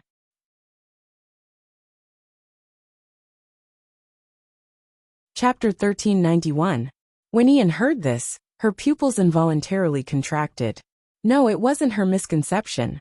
The Queen Dowager actually rejected her? Her original intention was to complain to the Queen Dowager. It would be best if she could persuade the Queen Dowager to give the order to arrange for her to be part of the Crown Princess's entourage tomorrow. At that time, no matter how unwilling the Crown Princess was, she had the Queen Dowager's verbal edict. Could it be that the Crown Princess could still make things difficult for her? As long as she had a few more chances to interact with His Highness the Crown Prince, and let him clearly see her gentleness, generosity, and beauty, then there would still be a lot of hope for her future. But now, the Queen Dowager actually rejected her. Could it be that she had done something wrong that caused the Queen Dowager to dislike her? Commandery Princess Ian was perplexed, but she had no other solution. The Queen Dowager had already spoken, so she couldn't pester her any further to avoid incurring Her Majesty the Queen Dowager's disdain. After she left, Fenggu couldn't resist scolding. In the past, I didn't realize that the Commandery Princess was such a pretentious person. Now that I look at it, she really has gone overboard with her pretense. Isn't that so? The Crown Princess had clearly rejected her going to help, yet she still dares to beg Her Majesty now. Nanny Zhong also retorted angrily. What does she think of herself as the Queen Dowager? If Her Majesty the Queen Dowager really agreed to her request and stuffed her into the Crown Princess's entourage, what would the Crown Princess think? The Queen Dowager sighed and said with a shake of her head, I still remember when she was young. When I brought her into the palace, she was only 9 years old. At that time, she was so small and skinny, like an overly frightened small animal. She would panic at everyone she saw. For a whole half a year, she would wake up from nightmares in the middle of the night every time. That's right. Her Majesty the Queen Dowager personally brought her to her bedchamber and took care of her for half a year. Fenggu gritted her teeth and said, yet unexpectedly, she raised an ingrate who would poison Her Majesty the Queen Dowager now. This old servant still feels that we should send the Commandery Princess far away as soon as possible, or marry her off as soon as possible. Nanny Zhong also said coldly, you should know that if there is a first time, there will be a second time. She can often enter Her Highness's bedroom. Who knows if there will be a next time? The Empress Dowager let out a long sigh, put down the scissors in her hand, and glanced at the wilted jasper begonia. This flower can't grow long. It's the same with people. They will go astray if they are raised. I don't know when they will go astray. Your Highness, don't worry. This jasper begonia can still be saved. This servant will post a mission in the city tomorrow and invite the best gardeners into the palace. The next day, the Crown Princess woke up early in the morning and led 20 junior palace maids and eunuchs, setting off with the Crown Prince's group towards Shilua Street in a grandiose manner. The accompanying 1,000 imperial guards maintained order. When they arrived at the entrance of Shilua Street, a group of junior palace maids and eunuchs began to set up a stall, dividing up the work and working together very quickly. 2 young eunuchs stood in front of several rice buckets, waiting for orders. The other 2 eunuchs held a booklet for registering grain, ready to record at any time. Very quickly, a queue formed at the entrance of Shilua Street. The junior leader of the Imperial Guards maintained order, while constantly reminding the commoners in the queue. Have you all seen the announcement? Elderly people who have reached the age of 55 and children under the age of 16, regardless of gender, can receive 5 liters of rice. Don't push and shove each other, and even more, don't cut in line. Once it is discovered that someone is disrupting order, your qualifications to receive it will be revoked. Everyone's hearts burned, and their expressions were slightly agitated as they whispered to each other and discussed animatedly. Continuing at night.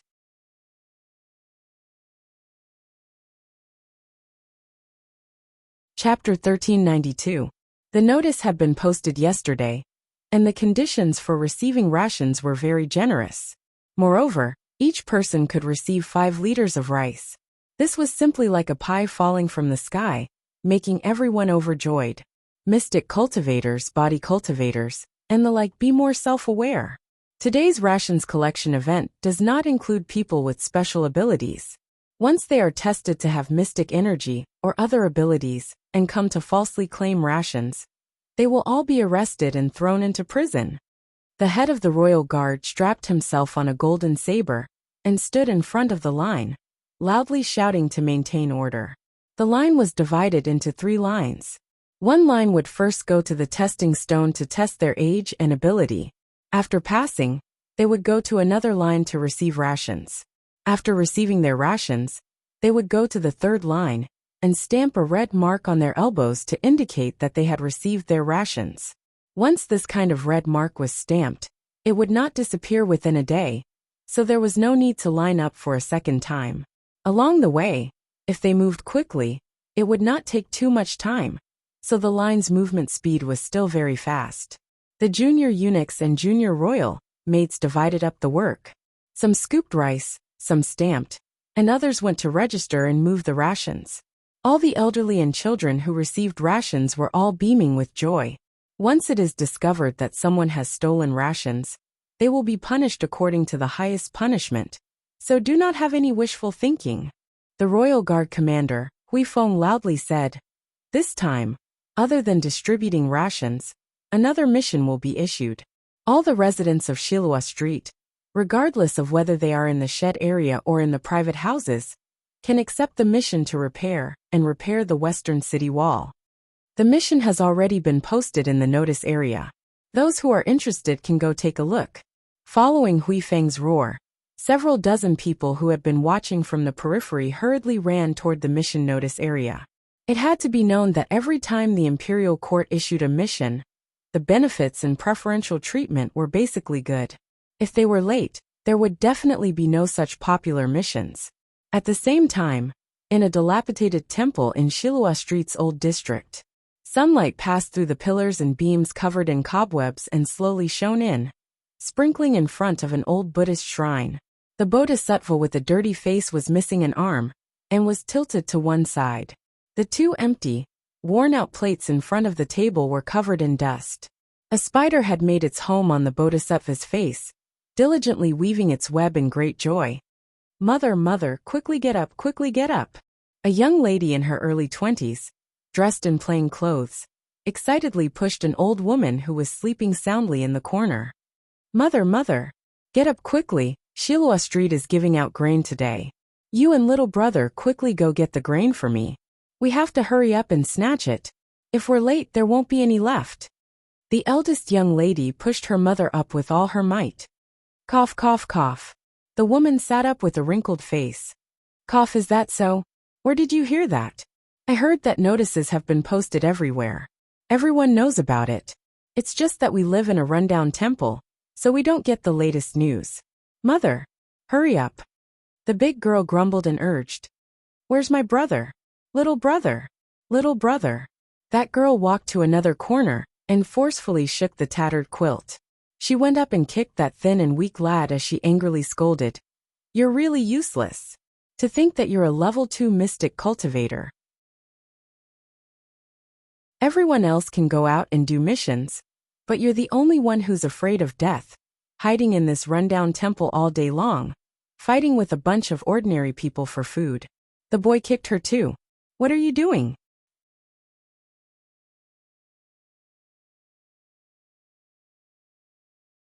Chapter 1393.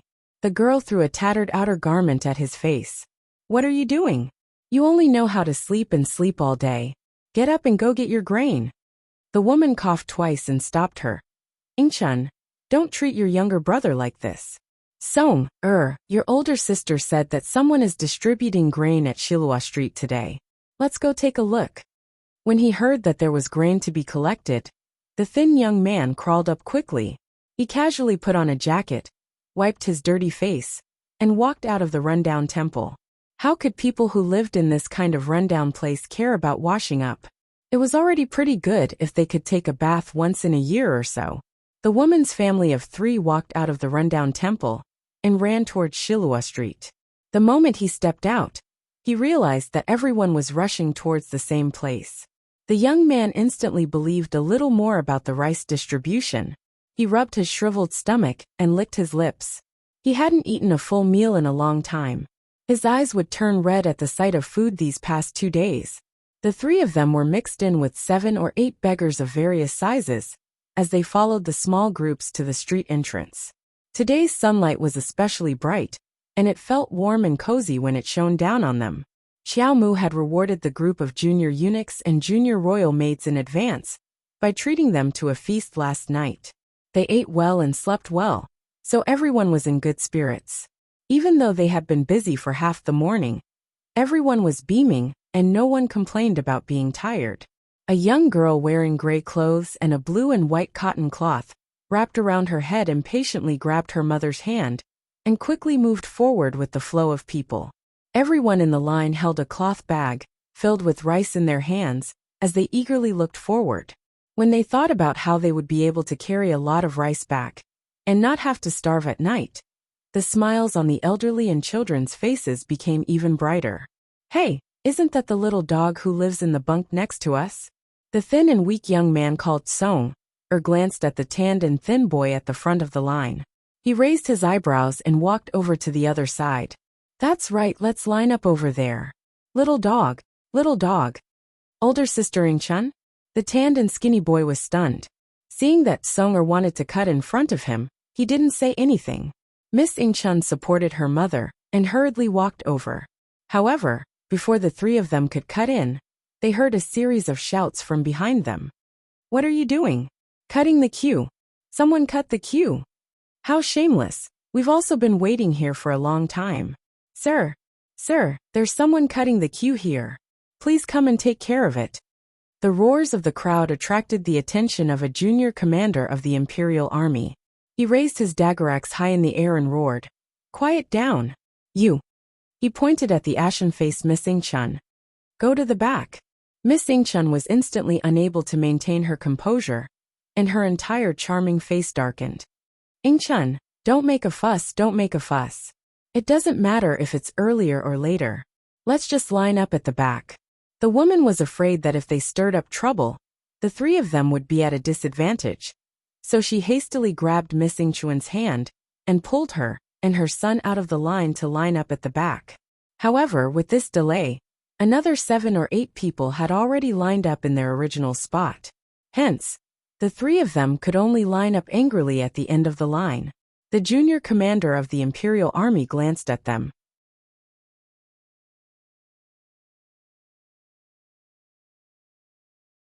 Chapter 1394. She suddenly said loudly, "I'll remind the newcomers again. There's an age limit to receiving grain. Young adults between 16 and 55, especially mystic cultivators, body cultivators, and superhumans, are not within the range of receiving grain. Don't waste time trying." "Huh." The woman instantly grabbed her daughter's hand in panic and quietly said, "Chun, our ages aren't within this range. Also, your younger brother is a mystic cultivator." "Mom, don't be nervous for nothing. They're just scaring people. Look at your frail and aged appearance. Who would believe you're not 55 when you walk out?" Miss Chun looked forward and narrowed her eyes slightly. She saw a dozen or so huge rice barrels piled up in front of Shilua Street's food stall.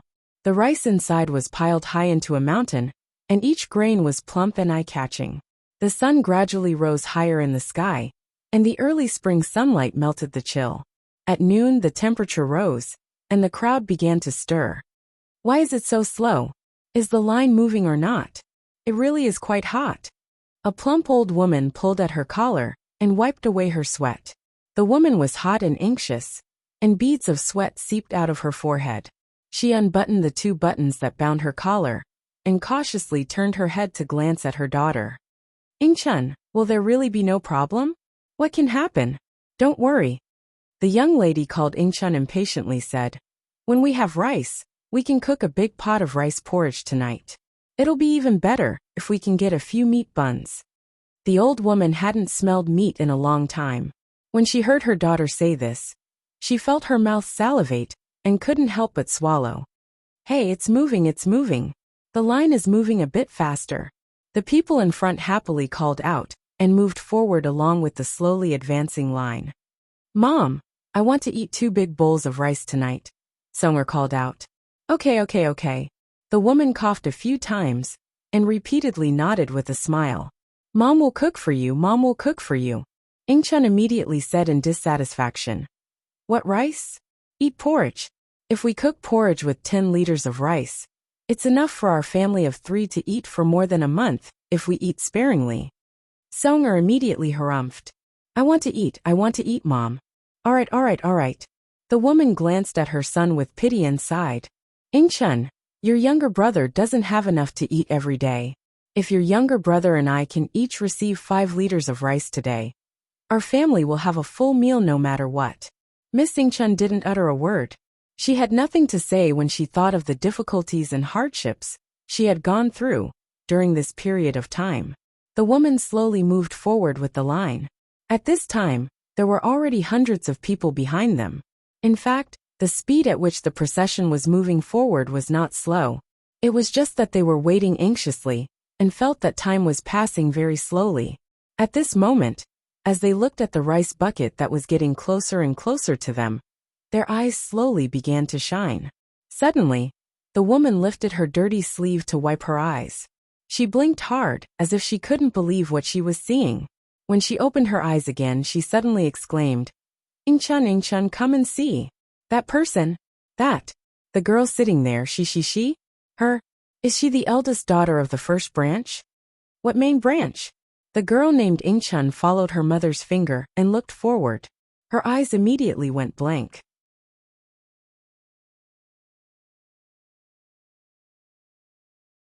Chapter 1395. Who is that? She reflexively lowered her head to glance at her own dusty clothes, then at the fair and tender little girl sitting at the front of the line. She simply couldn't believe her eyes. She was wearing a plain-colored top, a lake-colored satin gauze robe on the outside, and a jewel-colored silver silk skirt on the bottom. Her black hair was loosely tied into a bun, and the remaining 2 strands of hair brushed against her cheeks. Her creamy left hand wore a lustrous bracelet embroidered with green bamboo, and her right hand wore a pair of gold-threaded bracelets dotted with emerald blue. A lake-colored belt was tied around her waist, and a sachet of flowers of the same color was hanging from it. She sat silently next to a handsome man, her eyes fixed on the moving crowd in the line. No, it's not her. Mom, you've got the wrong person. How could such a refined and elegant noble lady be the eldest daughter of that pair of villagers in Kwoto village? Even if she was beaten to death, she wouldn't dare believe it. No, Mom recognizes that stoic face of hers. Madame Neely shouted agitatedly. If she really is the eldest daughter of the eldest branch, then everything is easy to discuss. We're all relatives, so wouldn't it be better to ask her for more rice? No, it's impossible. Xiao Ingchun bit her lip, and suddenly reached out to grab an auntie behind her. Auntie, take a look. Who is that young lady sitting in front? Io. That auntie softly cried out in pain, but her eyes also looked forward. She then smiled. You don't even recognize her. That's the Crown Princess, our northernmost Crown Princess. This rice distribution event was single-handedly hosted by the Crown Princess. In this entire northern MO, other than our Crown Prince and Crown Princess, who else could be so generous as to distribute 5 liters of rice to each person? Xiao Ingchun's expression instantly turned extremely unsightly. She didn't believe it. Didn't believe that that little village girl could actually become the Crown Princess? Seriously, what kind of joke was this? She was only a village girl. How could His Highness the Crown Prince marry a village girl? He must have been deceived. No, she had to expose her identity. To expose her true colors. Ingchun, what are you doing, Ingchun? Madame Li hurriedly grabbed her hand and said, It's almost our turn. Don't be so anxious. Did you forget that we were pushed to the back of the line? Don't waste all your previous efforts. 52 years old. You are not in the age range. Leave this place immediately. After the ashen-faced woman was pulled out of the crowd, she cried and threw a tantrum. Sir, please have mercy on me. Rules are rules. Let's go. Hui Feng waved his hand, and immediately had the woman thrown out of the crowd. Upon hearing this, Madame Neili's body trembled and she hastily tugged at Xiao Ingchun's hand, asking in a low voice, Ingchun, what's that? How can you tell his age? That's a testing stone. It's used to test talent and age. It's usually used by mystic cultivators to test their levels. Xiao Tsong's expression turned ugly. Mother, do you think we've waited so long for nothing? Our ages aren't in this range. Madame Neili immediately straightened her neck and made a scene. I don't care. In any case, I've waited for so long. If she doesn't give me food, I won't let this matter rest. Besides, we're all relatives. Is there a need to be so harsh on us? Soon, it was Madame Nei Li and her son's turn. You're tuning in to the Li Mei's Wuxia Whispers YouTube channel. We're so grateful for your support. And don't forget to subscribe to join us on this incredible journey through captivating stories. Your generosity through donations truly makes a world of difference, as it's the primary source of revenue that allows me to expand and enhance this channel for you. Thank you from the bottom of my heart for being a part of this adventure.